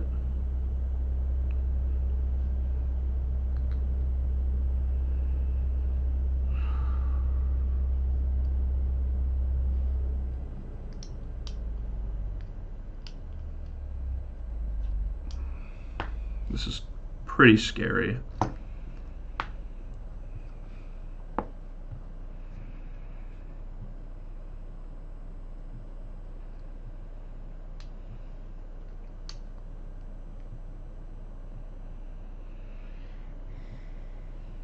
Man, these games are stressful because there's nothing to do but sit here and sweat. I'm like trying to analyze, like, what does it mean that my opponent's taking so long? But you can't do that. You just gotta sit here and watch and wait.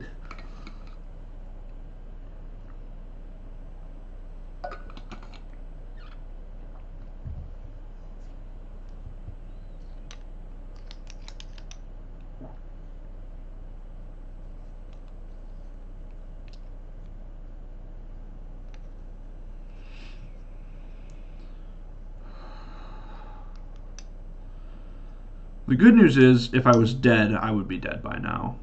I think. Man. trying to think of what my plan is for next turn. We probably want to start with strategic planning, just to fill up our graveyard for this dig through time.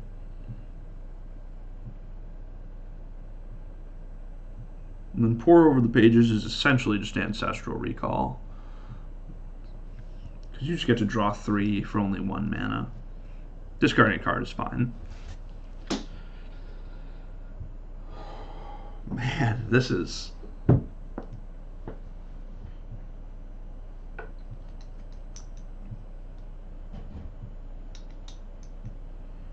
Come on, Eugene. Eugene.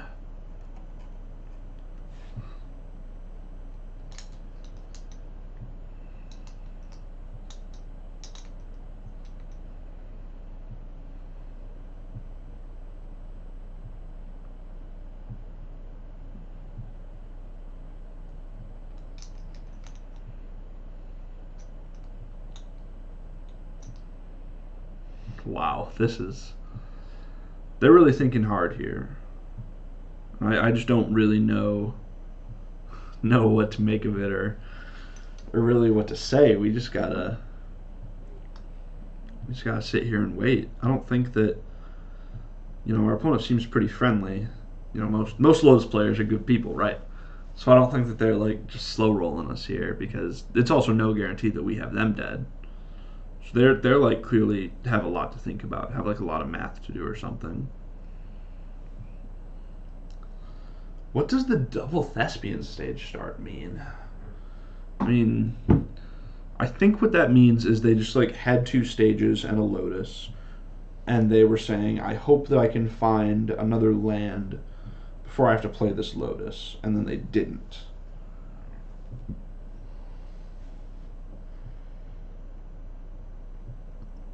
Okay, Yavimaya Coast. Probably a pour here.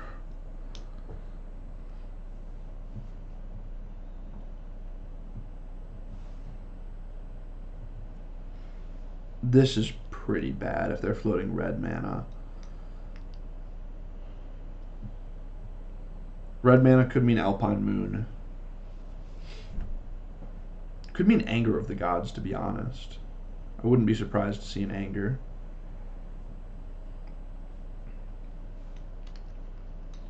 If they just like don't have Alpine Moon in their sideboard.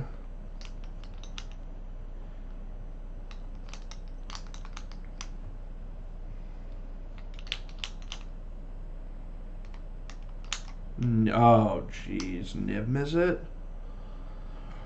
That's bad. I didn't bring in my Niv Mizzet. Jeez.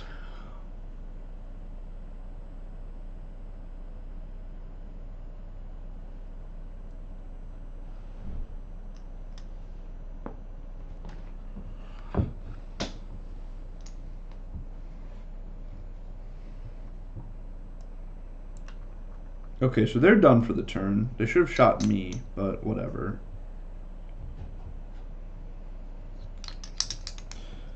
Basically, I have to kill them this turn. Otherwise, I die to this Niv. So, we've got a shot at it. Thespian stage was like our best draw there. We're just drawing kind of all the perfects. So, I can't cast 20 spells. But... I'm just going to yield to this. Not going to try to get it off the field. We're just going to try to win the game this turn. Well, that ain't bad. We would like to find, ideally, as many hidden strings as possible here. Step 1. 4 mana. 8 mana. And now we get to dig through time.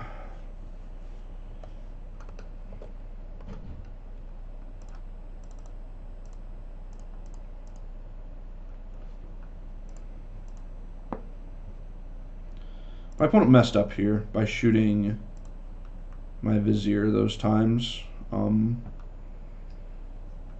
mana.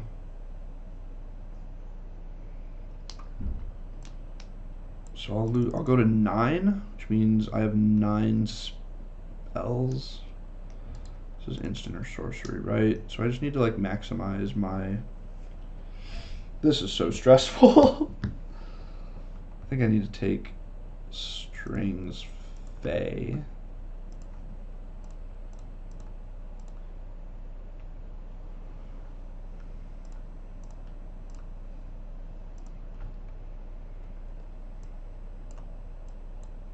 It's gonna be close. We're gonna see if we can kill them before Niv kills us. The fact that our go-off card is Pier makes that honestly really bad. But, you know, we're gonna give it our best shot.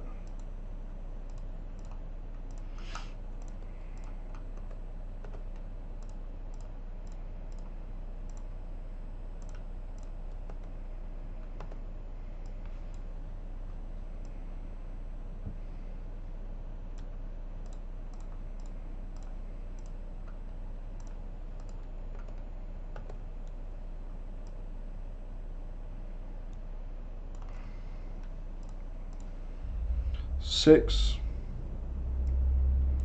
Alright, I think we have it here. I just need to double check everything and make sure. Strings, we're at 6. Gives us 14 mana. Granted, puts us to 5.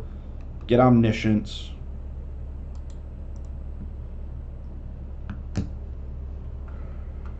Oh my god, we just barely got there. Gonna be resolved Niv Mizzet on turn 4.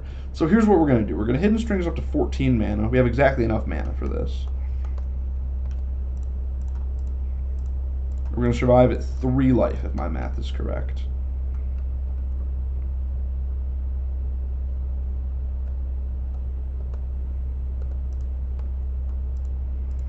We're gonna go ahead and Granted.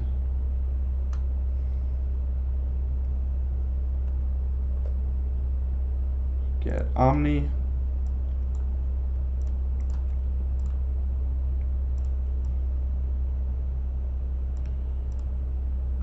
Granted.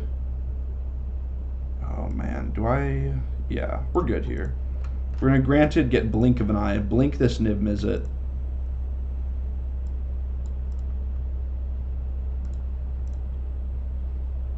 And then we're at 3 life.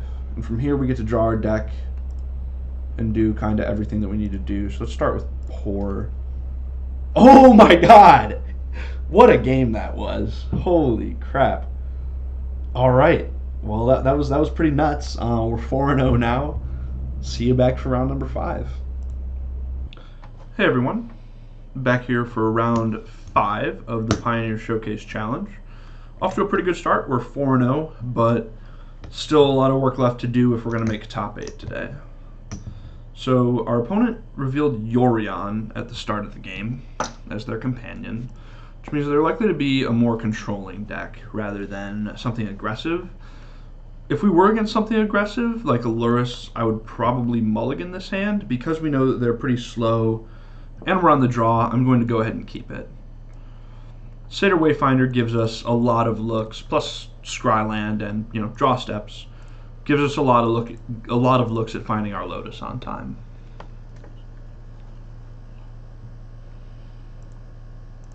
Looks like they're Esper Poob, just kind of like pile of cards. Go ahead and play this out. Nothing, and we mill 4 of our best payoffs. It's kind of unfortunate.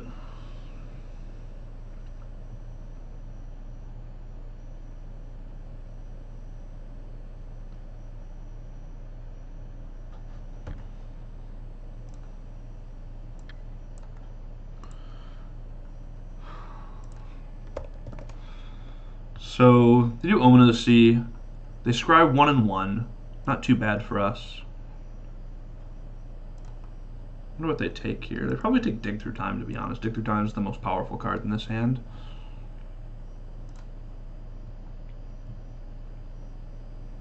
Now, one of the most important things in this matchup is the card Narset. They play a lot of Narsets. They usually play 4 copies. And so Usually we'll need to find a blast zone or a bounce spell of some sort to get that off the table. Opponent thought seizing us here. They take dig, which makes a lot of sense. The thing that really helps us fight Narset is having creatures in play, and so they're going to get rid of my Satyr Wayfinder here, which I think makes it more likely that they do have Narset. And so I'm just going to play out a Vizier here. Vizier just like both generates mana and just allows us to attack down a Narset if one does come down. So that's where I usually like to be. It also makes it so that when we do find Lotus, we just actually have mana on the first turn that we play it instead of having to wait a turn. Yep, there's the Narset.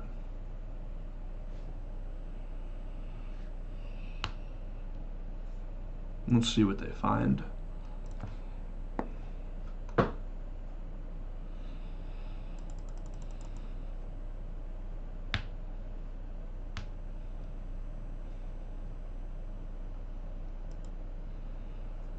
See who else is doing well. I think that ConnorMan11 might also be playing Lotus. I don't recognize any of these other names up at 4-0.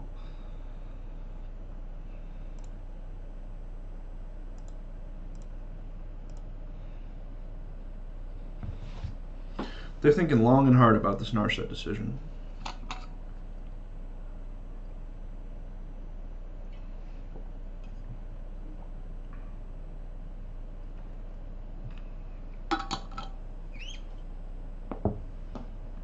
Oath of Kaya.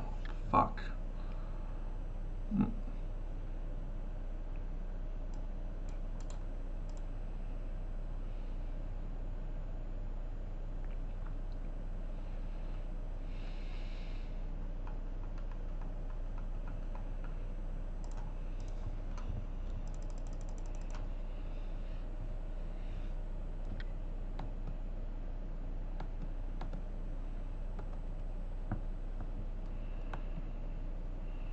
Alright, we're going to put that on top. Let's attack Narset. And then I'm going to play out the second Vizier just to maximize the mana, the potential mana that we have next turn. Hopefully they don't have something like a Supreme Verdict. That would be really, really bad. Looks like they're going to possibly Oath of Kaya here. Yeah. Now, I would be very surprised to see them tick down Narset unless they're going to either Thoughtseize me or Fatal Push my Vizier, and they don't. So what can we do this turn? We can Fae. Let's see, what I'm going to do a quick check here of the old MTG Goldfish just to see what the decks usually look like. It's a pretty valuable tool that you get to do. I don't have a whole lot of instant speed interaction, so I'm pretty much good to go here, other than, of course, the Narset. So let's say I play Lotus, copy it, play Lotus, copy it, 4 mana, strings up to 8 mana, no. Play Lotus, don't copy it,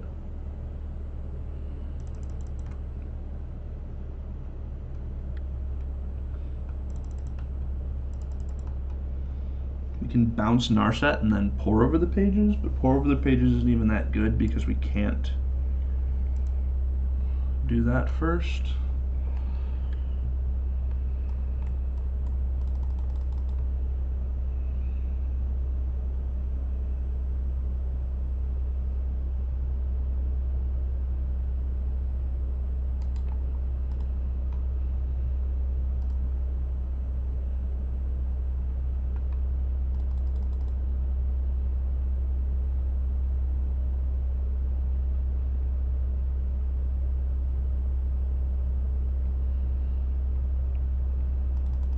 What if I were to... Oh, there's an option. So what I can do here is I can Lotus Field, copy it.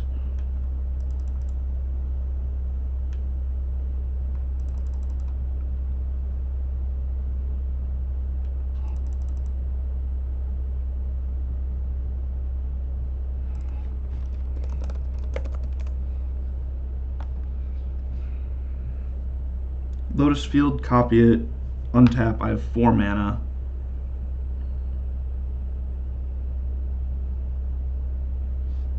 So, copy it, uses these. This is untapped. Untap my Lotus Field.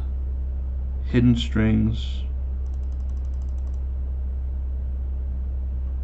So, untap this. I have 4 mana. Hidden Strings, untap. Lotus, Vizier.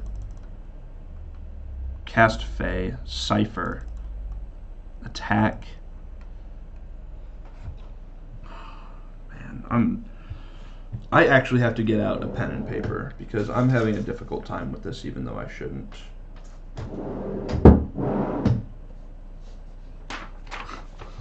Sorry, this is going to take a minute. Damn, where's my pen? I should just be able to talk through this, but I'm having a hard time thinking through everything right now. So then, play Lotus. I have 7 mana. Copy it down to 4 mana. No, sorry. 4 mana. Copy down to 1. 1 untapped land.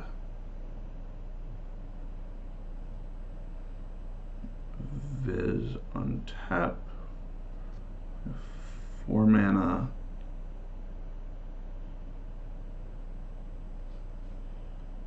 Strings, spend 2. So then we have 2 mana floating.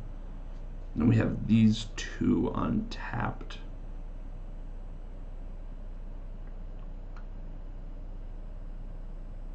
I think we're 1 short of doing what I want to do, which is pretty unfortunate.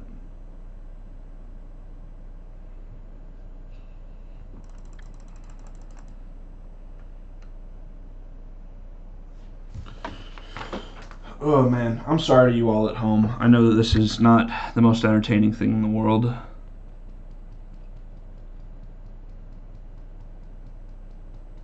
This is just like one of the hardest turns I've played in a long time. I'm trying to determine if I can do everything I want to do after ciphering a hidden strings. I don't think that I can.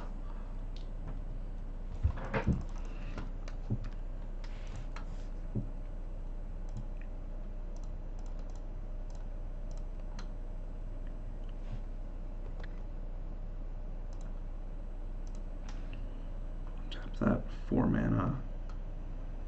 Strings, untap these 2.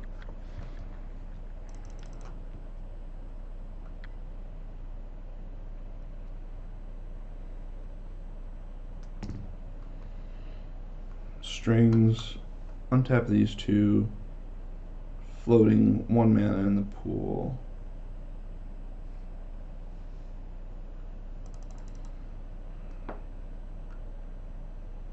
Cipher.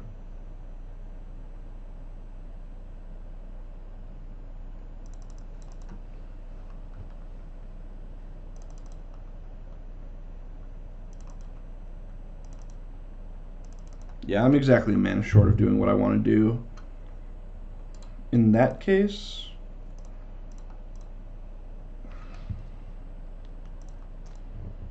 I'm just going to Granted for Ugin. God, that took me way longer than I should have. I'm sorry about that, everybody. I was debating if I wanted to, like, cipher onto this. And it took me forever to realize, but what I wanted to do was strings, untap everything, make a lot of mana, cipher strings onto this, Granted for a blink of an eye, the Narset, and then pour over the pages. Problem is that's like super aggressive and leaves me kind of honestly just like dead in a long game, because then they still have the Narset and then my pour has to find something really good. And so I think it's better to have it this way. Obviously, you know, my Ugin can get thought seized or something like that, or it could not be good enough, but I think with having Narset on the field, I just need to get something like this into play. I think that trying to go that turn was ill-advised. I think that wouldn't have gone very well.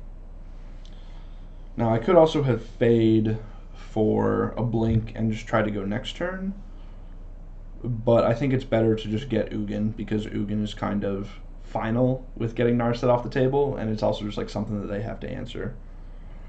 So we will see what our opponent does.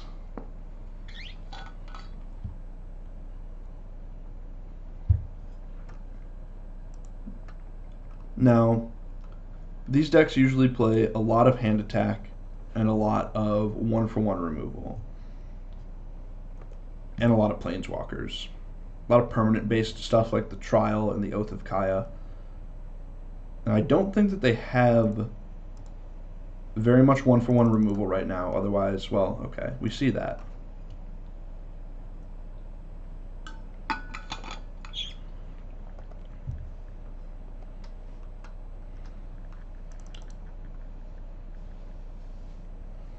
Alright, I think the play is just going to be Ugin and then uptick on Narset. I'm glad that we didn't have to use our hidden strings there. Glad that we drew the untapped land.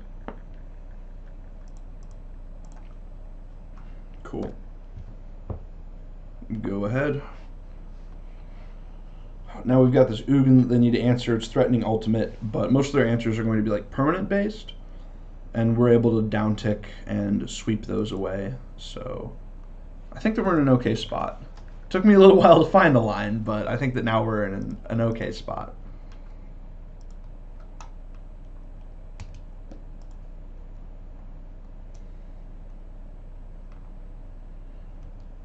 Let's see, yeah, as far as I can tell, other than Ashiok Nightmare Muse, my opponent doesn't have any good ways. Oh, they do have 3 Elspeth Conquers Death, never mind, or some number of Elspeth Conquers Death. But I think that if they had one of those, they would have used it by now.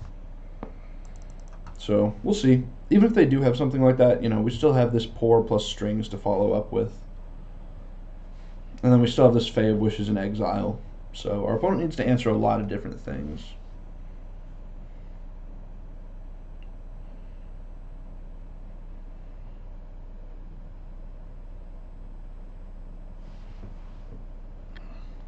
They did crack their Omen of the Sea last turn. They downtick, or they cracked it, and then scryed 2 cards to the bottom. So they didn't know what they were drawing this turn. We know it wasn't something that could answer Ugin, or it could have been, but we know that they didn't leave something on top to answer Ugin. So we will see.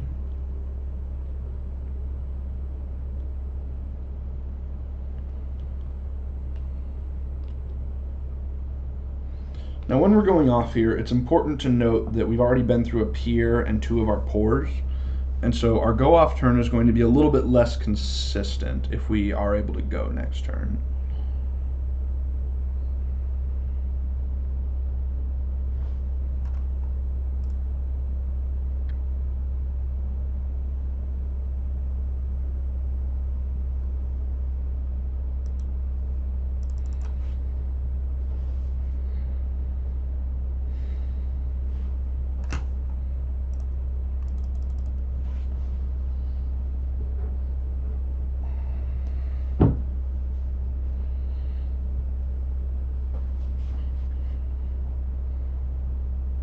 Okay.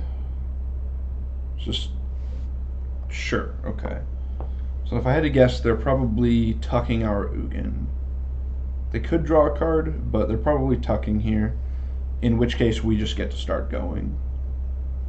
We'll find the Ugin again. We'll be able to cast it again. Yeah. This is fine. This doesn't really do anything. And honestly, there's every chance that we're just going to win the game here instead of replaying that Ugin.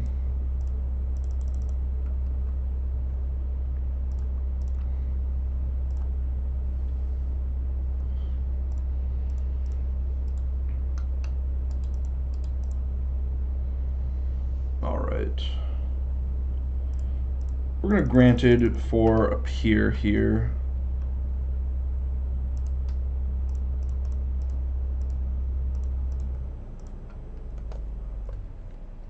Just like draw our deck. 7 mana, draw 20.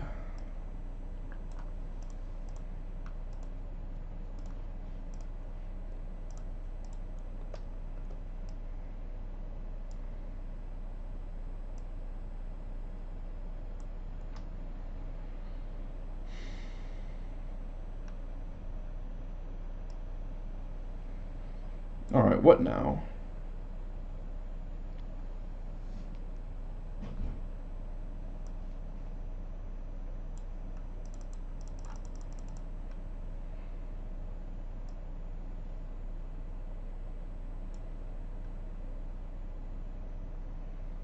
Could develop our mana with our Boreal Grazers. Could just replay Ugin. I think I'm kind of in for just replaying Ugin.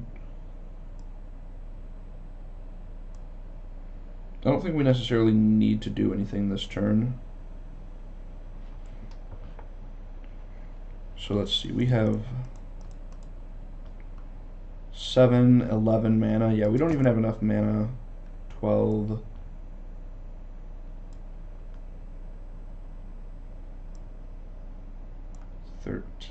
Oh, actually, we just win here, right? Yeah, so we have 7, 8, 9, 10. Yeah, we just win here.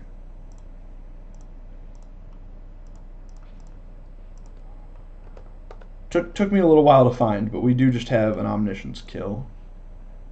So we're just going to use our Bala Ged recoveries as Lotus Petals.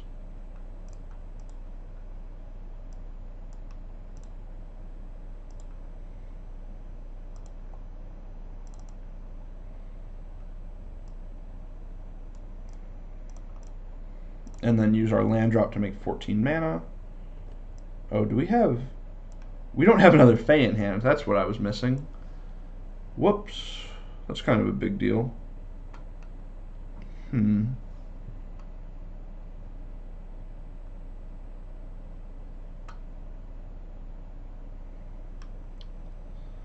Yep, that is important. I wish that I had not missed that.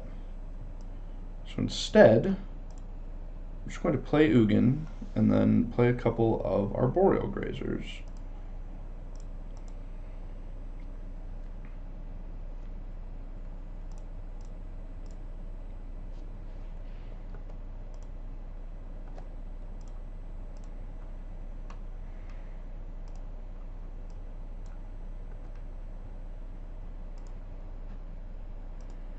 It's a mistake on my end. Sorry to y'all for not noticing that we were out of Fae of Wishes there. That's my mistake. But we should be able to win pretty easily next turn.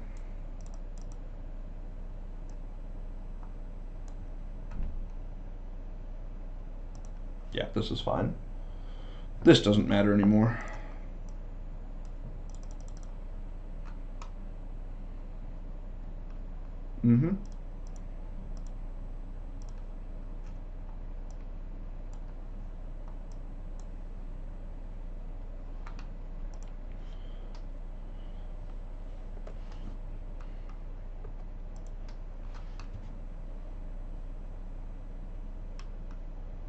So we do still have 1 Hidden Strings left in our deck.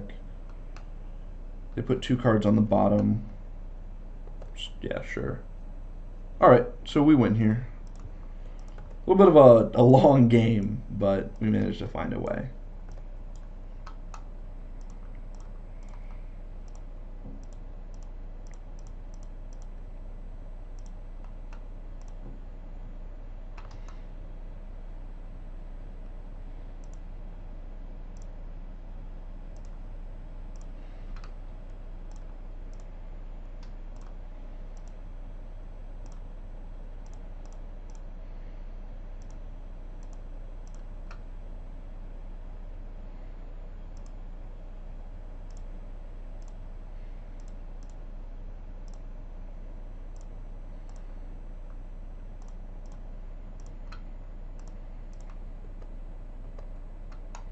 We do have another Fae, right?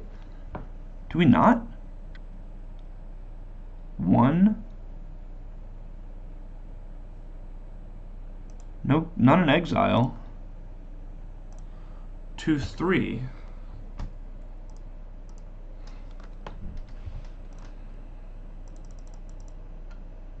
There we go.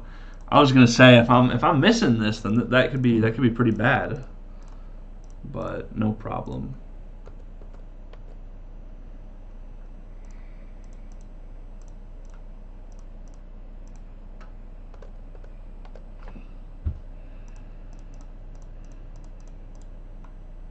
$17, 18 mana.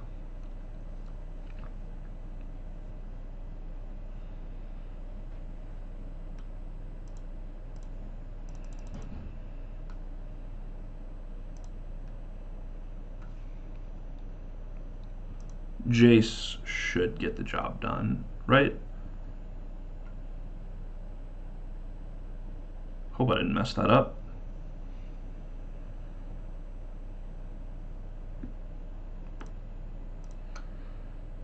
Yeah, Jace gets the job done with these plannings.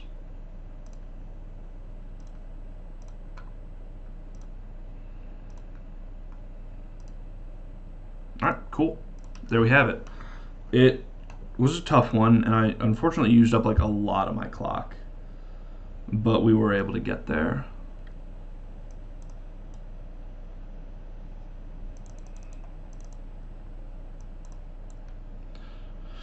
So in this matchup, we bring in Niv as an alternate win con. We bring in a Thought Distortion just to clear out their Dovin's vetoes. And then a couple blinks just to get rid of Narset or other problematic permanents. Gotta play a little bit faster if I'm gonna... Hopefully I don't have to win a game 3. Hopefully I can just win game 2 here, but we'll see.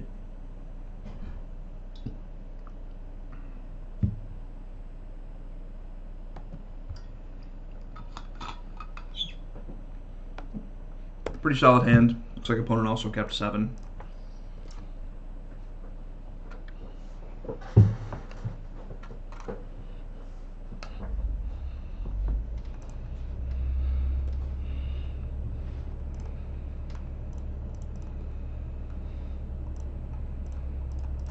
Expecting this to get Dovin's vetoed, but I can't really not play it and then just let them get an Omen of the Sea in play.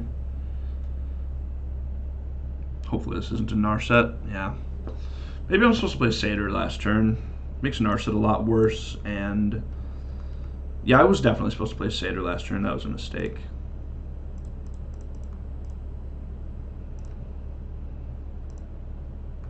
Jeez, losing Niv is not great.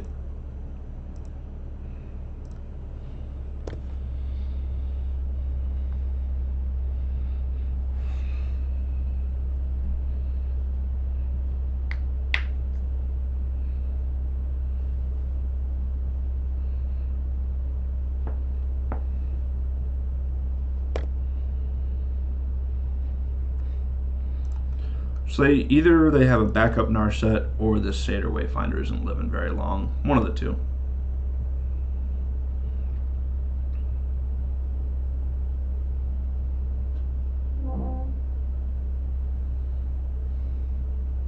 Okay. The good news is they can't Thoughtseize. So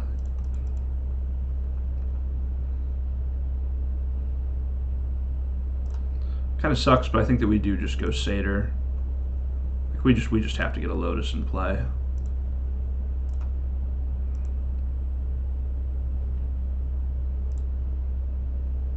As much as I love you, Thespian Stage, you are not what I need right now.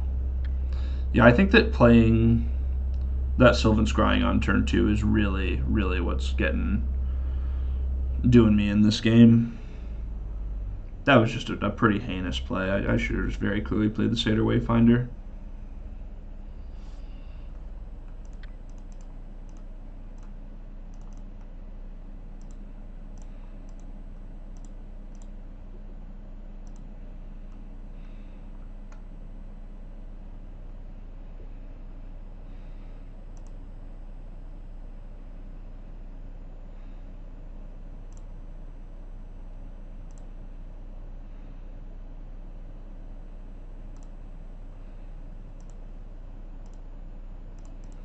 probably not winning this game.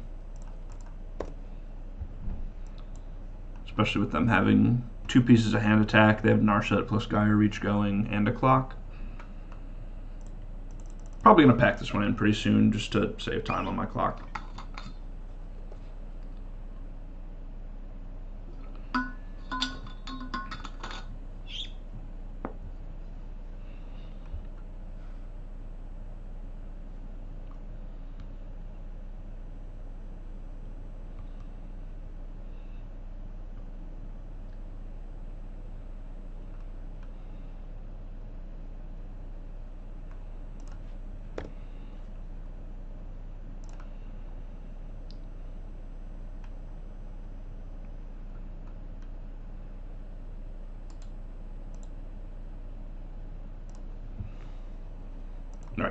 Alright. Back here for game number 3. Gonna try to play this one a little bit better.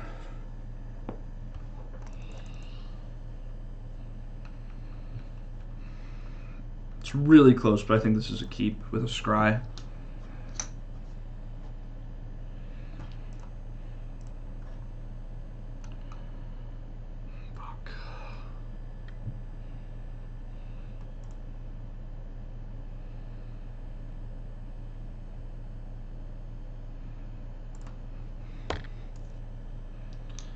We're going to be a little slow out the gates this game. That was probably a mistake to leave that on top, to be honest. I could see that being wrong.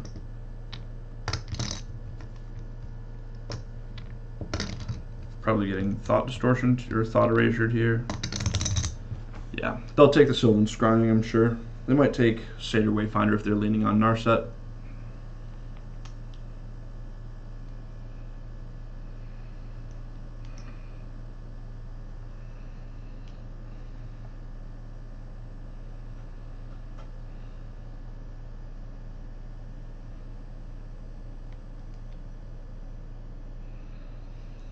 And then hopefully we just draw like Thespian Stage this turn.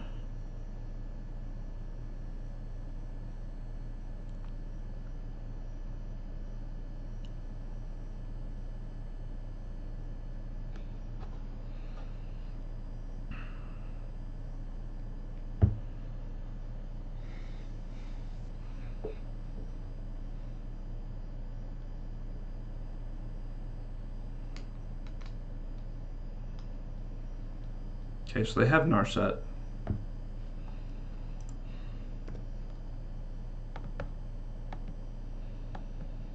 It's possible I was just supposed to... Okay, no Narset and no other colored source.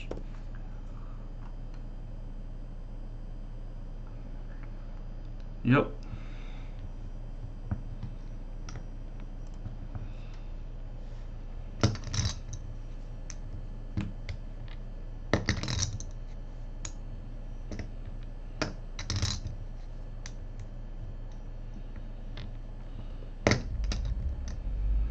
There's like no... Okay, so my opponent's also stuck on lands, which is good for me. That goes on the bottom. We don't need you.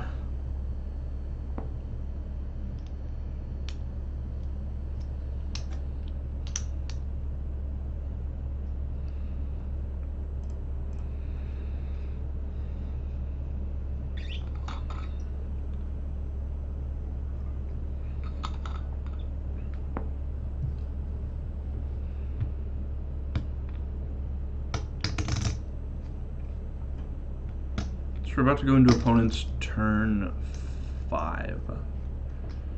So they're scrying here. They're taking a long time, which means it's not lands. I don't know. I don't know what this could be, to be honest.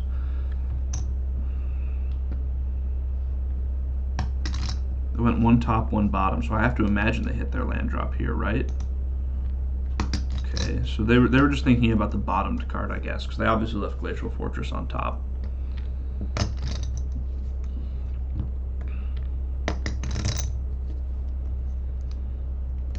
Yep.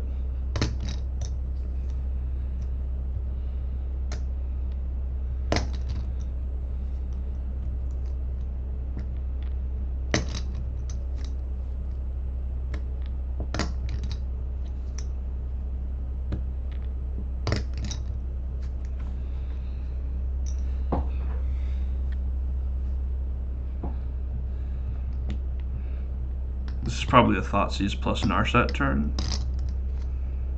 Which could be really bad for me.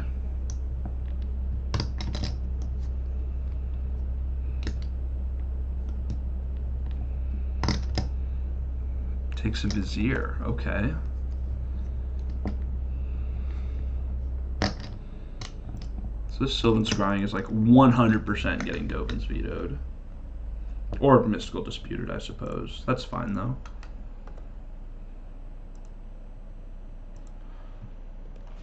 So I think that they don't have creature removal.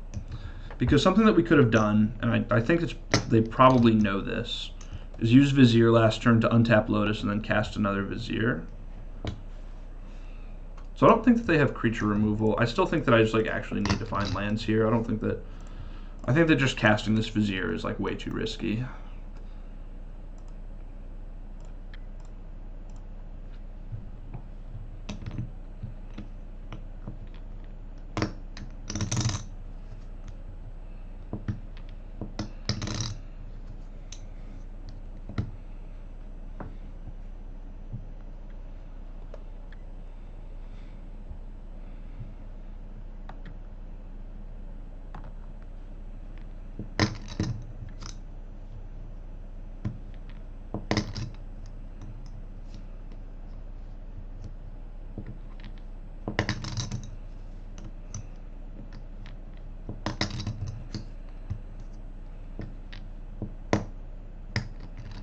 What a weird game this is.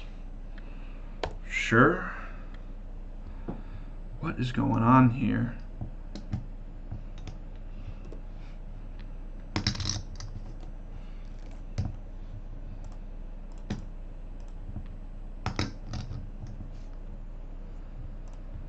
Alright, well, we've got our stage. Our opponent's got us under like a 6-turn clock. They're not doing anything else. Are they really guy reaching here? Discard a Fae, I guess. Yeah, they did have creature removal.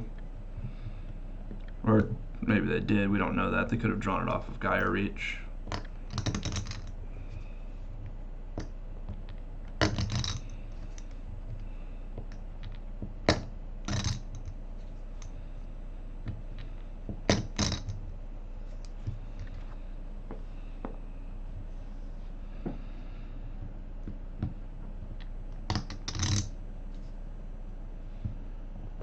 Okay, Teferi's not really something that I'm worried about. I guess it lets them like instant speed Thoughtseize us, but you know, that can just happen. And they still have 5 spells in their hand. I mean, Lotus Field is like probably the actual worst draw in the deck here. I'm just going to pass and copy at the end of their turn.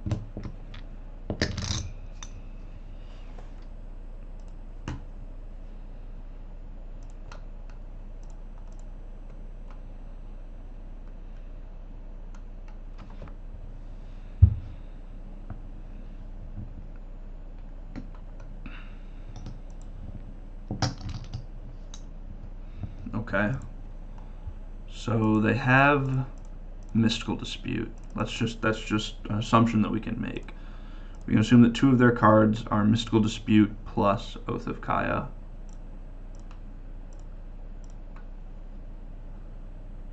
Plus another Oath of Kaya, I should say. Or another Teferi wouldn't quite do it. Unless they found a land, but man.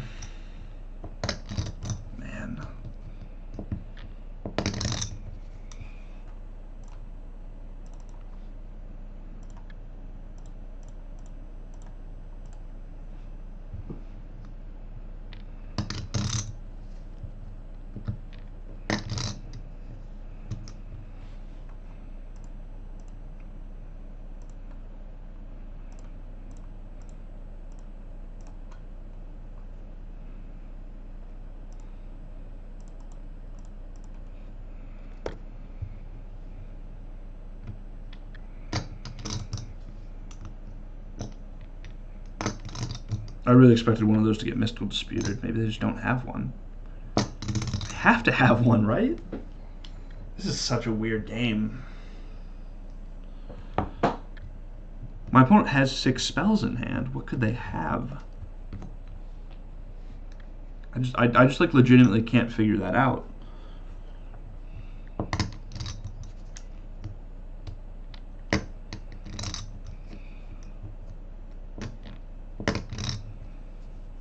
So he plus their Teferi. If they have another Dovin's Veto, we're probably dead. I don't think we can beat another Veto unless we draw hidden strings.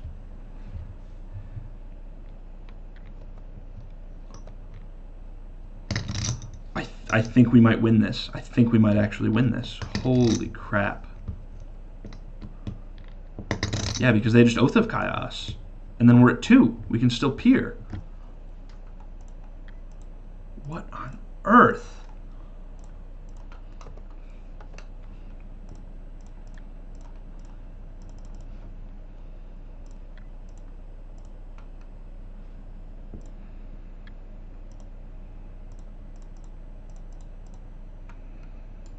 Alright, so we have 9 mana here.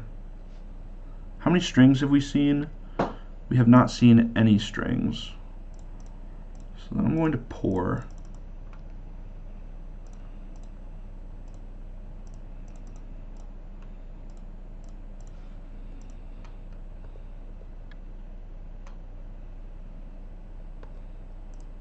Need to be quick here. I've only got, don't have much time left on my clock.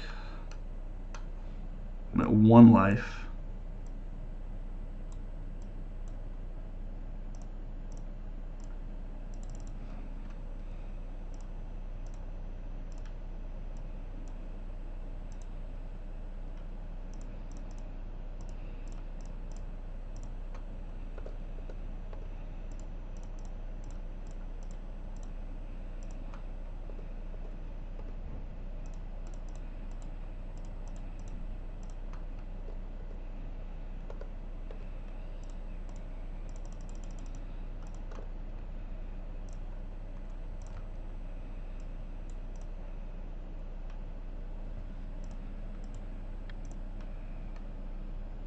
Wow.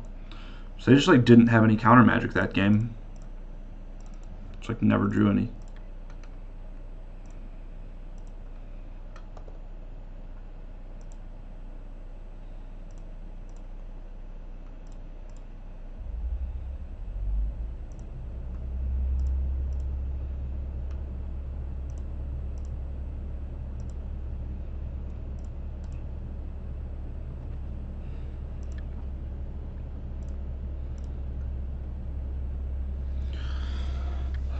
I don't know how we did that, but we're 5-0. Back for round 6. Hey everyone, Connor back for round 6 of the Pioneer Showcase Challenge here. Playing against LSM guys. We are the last 2 or I suppose there's 3 people at 5-0, but this is a clean winning in. If we win this match, we are in top 8. Looks like our opponent kept 7 cards. I'm going to mulligan this hand. It doesn't have a Lotus. This hand has a Lotus, so I'm happy with it. It's a pretty clean-cut heuristic, to be honest. Hopefully they're a little bit of a slower deck. We tend to match up better against those, and we need some time to get our mana online here. Not really interested in another hidden strings at this point.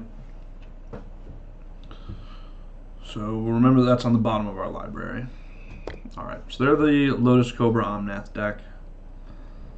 I'm going to planning here just because it can find either, just because it can find either one of Thespian Stage or Sylvan Scrying. And so if we were to find a Scrying off of that, we would want to cast it next turn. As it is, we are very likely to just cast Satyr Wayfinder next turn. Alright, opponent's off to a good start, but luckily they don't have an Omnath here. Okay, well, nothing matters. We just found our best card anyways, so love to see that. We're looking at a pretty strong turn 5 here. Just need to hope that our opponent doesn't have anything too good in the meantime.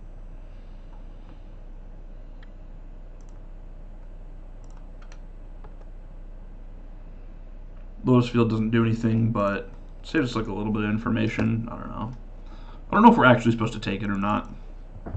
We probably aren't, but I could be wrong about that.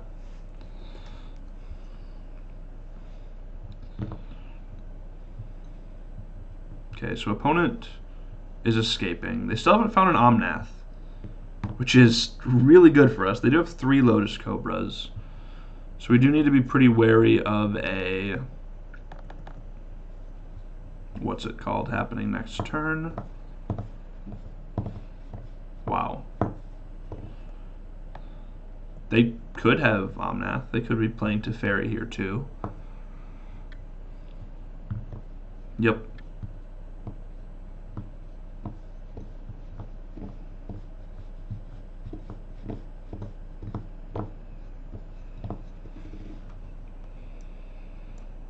I think I'm just going to copy stage and pass here.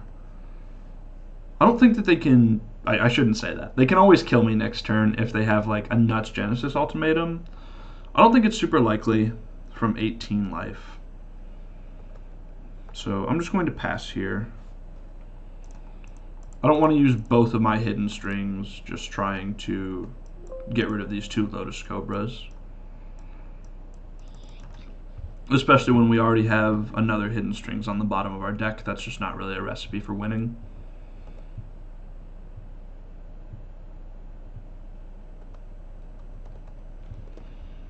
I mean, I'm F6'd. You gotta kill me here or you just die. Okay, so they Growth Spiral. They're minusing Teferi and they're using Growth Spiral to just dig. And so they haven't found an Omnath yet. There's an Omnath, but... I mean, they can still make a lot of mana. They can go Fabled Passage. God, they get to make like 10 mana here. And draw a couple more cards. This deck is kind of bananas. They still do need to find a Kenrith. Or, you know, as far as I know, they don't have their Gen Ultimatum yet.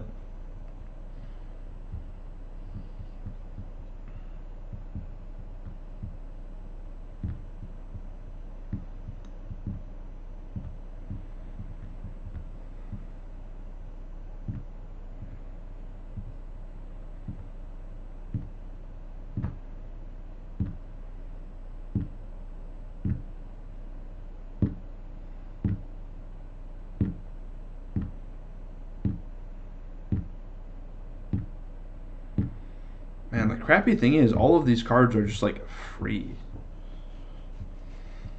So they kind of just get to keep Urowing forever.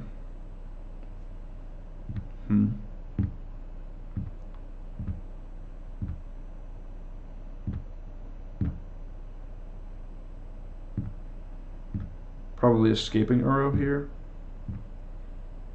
That are casting... Oh. Oh no. Am I dead? It's 10. Yeah, I'm just dead. Holy crap. Good draw.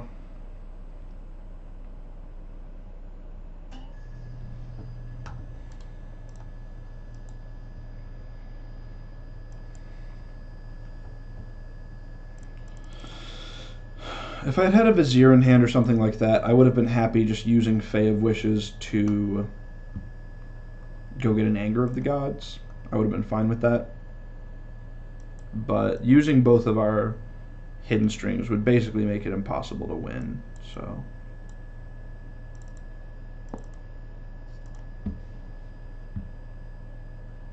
just gonna do what we did earlier, bring in 2 Blinks, cut a Satyr and an Arboreal Grazer. Hopefully it's good enough to win both of the post-board games again.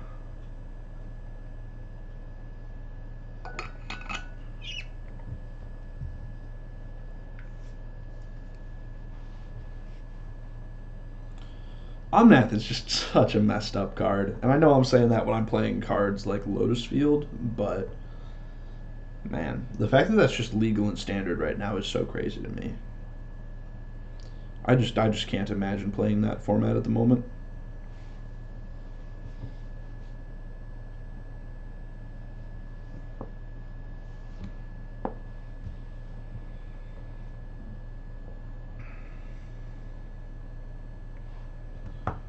Something that I will say, I'm glad that we are paired up against the other 5-0. I've had it happen a couple times that I lose, I start XO and then lose the last 2 rounds of Swiss and then get like 10th or something. I've had that happen a couple times in the last few months, and that's just never fun. And so I'm hoping that by playing against the other person who's at 5-0 that our breakers are pretty good right now.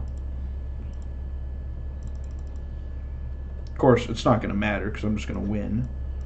But yeah, we'll keep this hand. Just going to win the last 2 rounds, so don't need to worry about it. Yeah, I'll leave scrying on top.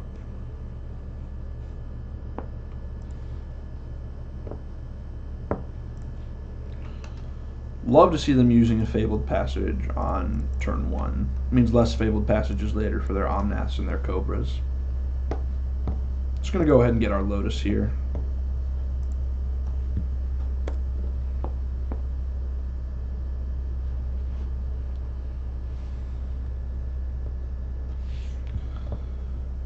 Turn 2 Cobra sounds about right.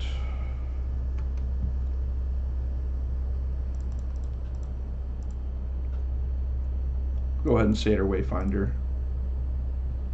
Yavimaya Coast is a pretty good find because it lets us just go Grazer into Lotus here. Let's have like a little bit more mana.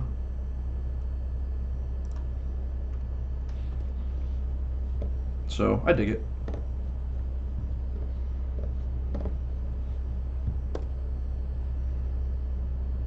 I think that's a pretty good sign for me. Oh, well, huh.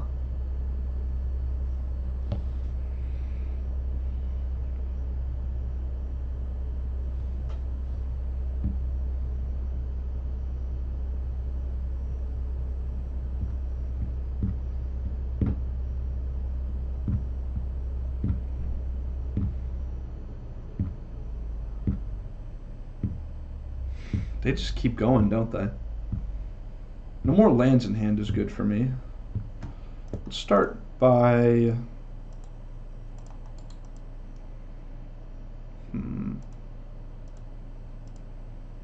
Start by cycling Vizier.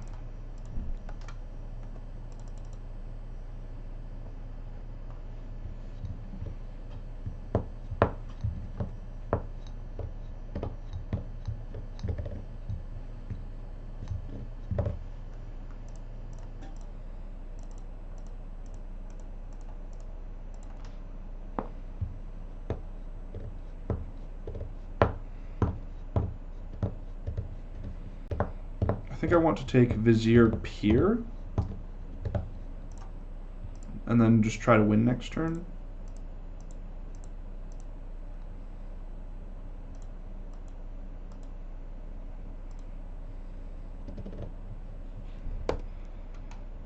Hope that they don't have a way to answer Vizier. If they do, it'll likely just be Teferi, so we still get to cycle it. We will see. Another Lotus Cobra is good for my opponent, but as of last turn, they didn't have any more lands in hand, so it's possible that they won't just be able to chain a million lands together like they did. Although, why would I ever get lucky with anything? Okay, this is good. None of this stops us from killing our opponent next turn, and most of it is pretty unlikely to kill us this turn. So I think I'm feeling alright.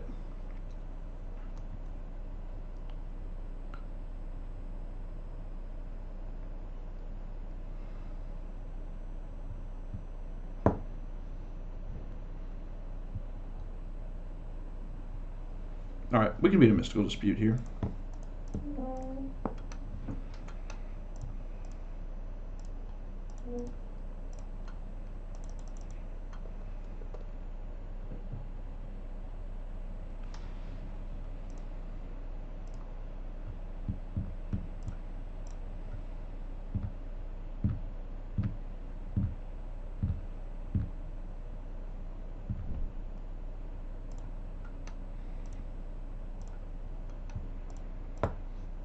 Oh, that was a mistake. I should have played Thespian's stage there. That was just a pretty bad play.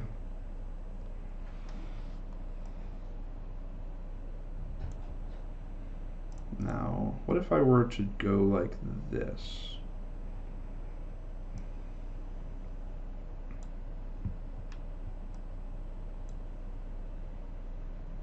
Is that way too, that feels too cute.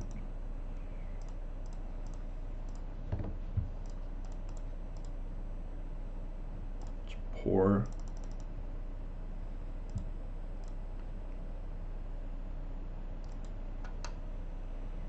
Okay, opponent just concedes. So they didn't have a dispute there, and if they did, we were going to be able to beat it, I think.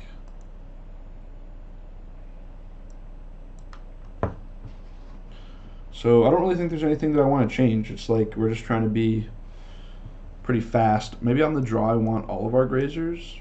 I could see that. Yeah, let's just try to get a grazer in our opening hand. I think that's going to be the best game plan against them. Their Lotus Cobra starts are just so fast. This is a pretty easy mulligan.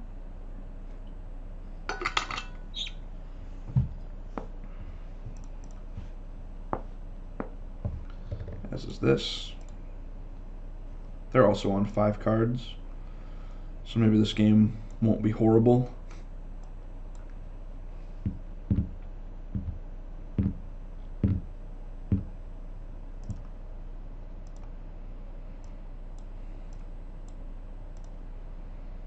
Just gonna get rid of the grazer. It sucks, but we just need to have our mana online.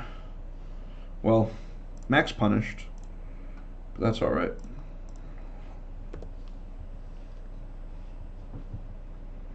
Yeah, it's possible that getting rid of grazer was really aggressive there. I'm not sure. Just gonna go ahead and get another stage here. If we have time, we want to maximize the amount of mana that we have. We don't ever really have time to make Blast Zone do anything in this matchup. So, just going to do that. No Omnath either is really good for us. I guess we'll get a Blast Zone with this one. Honestly, this is just, we're only using this to like thin our deck out. But, so we're probably going to see an Escape to the Wilds on this next turn. Otherwise, I just like don't really know what their hand is. And then we'll be able to plan from there. Obviously, next turn is just going to be like stage copy, but okay.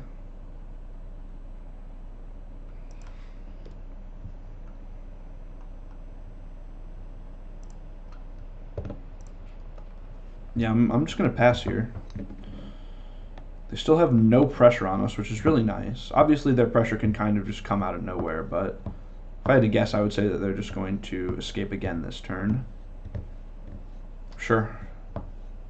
So they can put Uro in play this turn, I guess, or they can use Uro, I should say. They're just going to pass instead. So okay, they have a counter spell. Is what this means.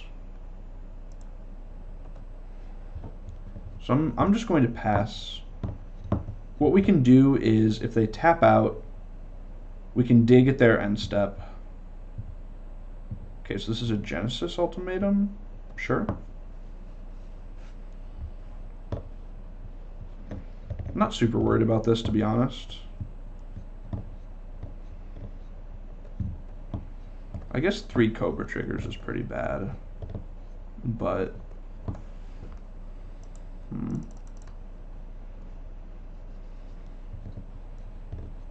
so we're going to cast Omnath here. What are they going to do after they cast Omnath?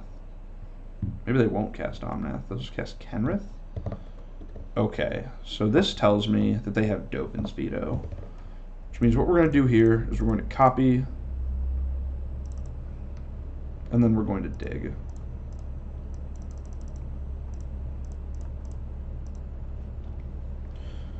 They don't even try to Dovin's Veto that. That's interesting.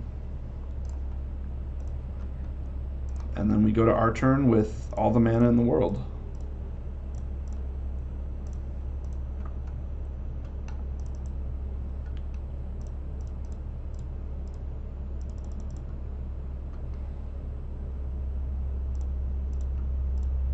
Okay, all of these are very good.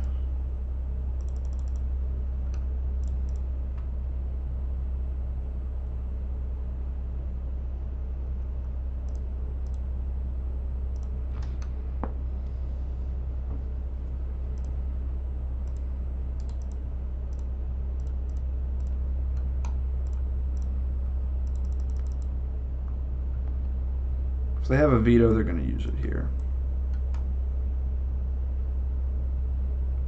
Right? They just have to.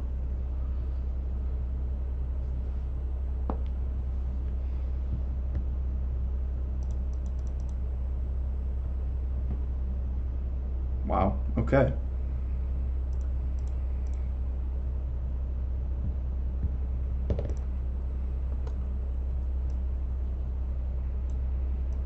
All right, and they just concede. Wow.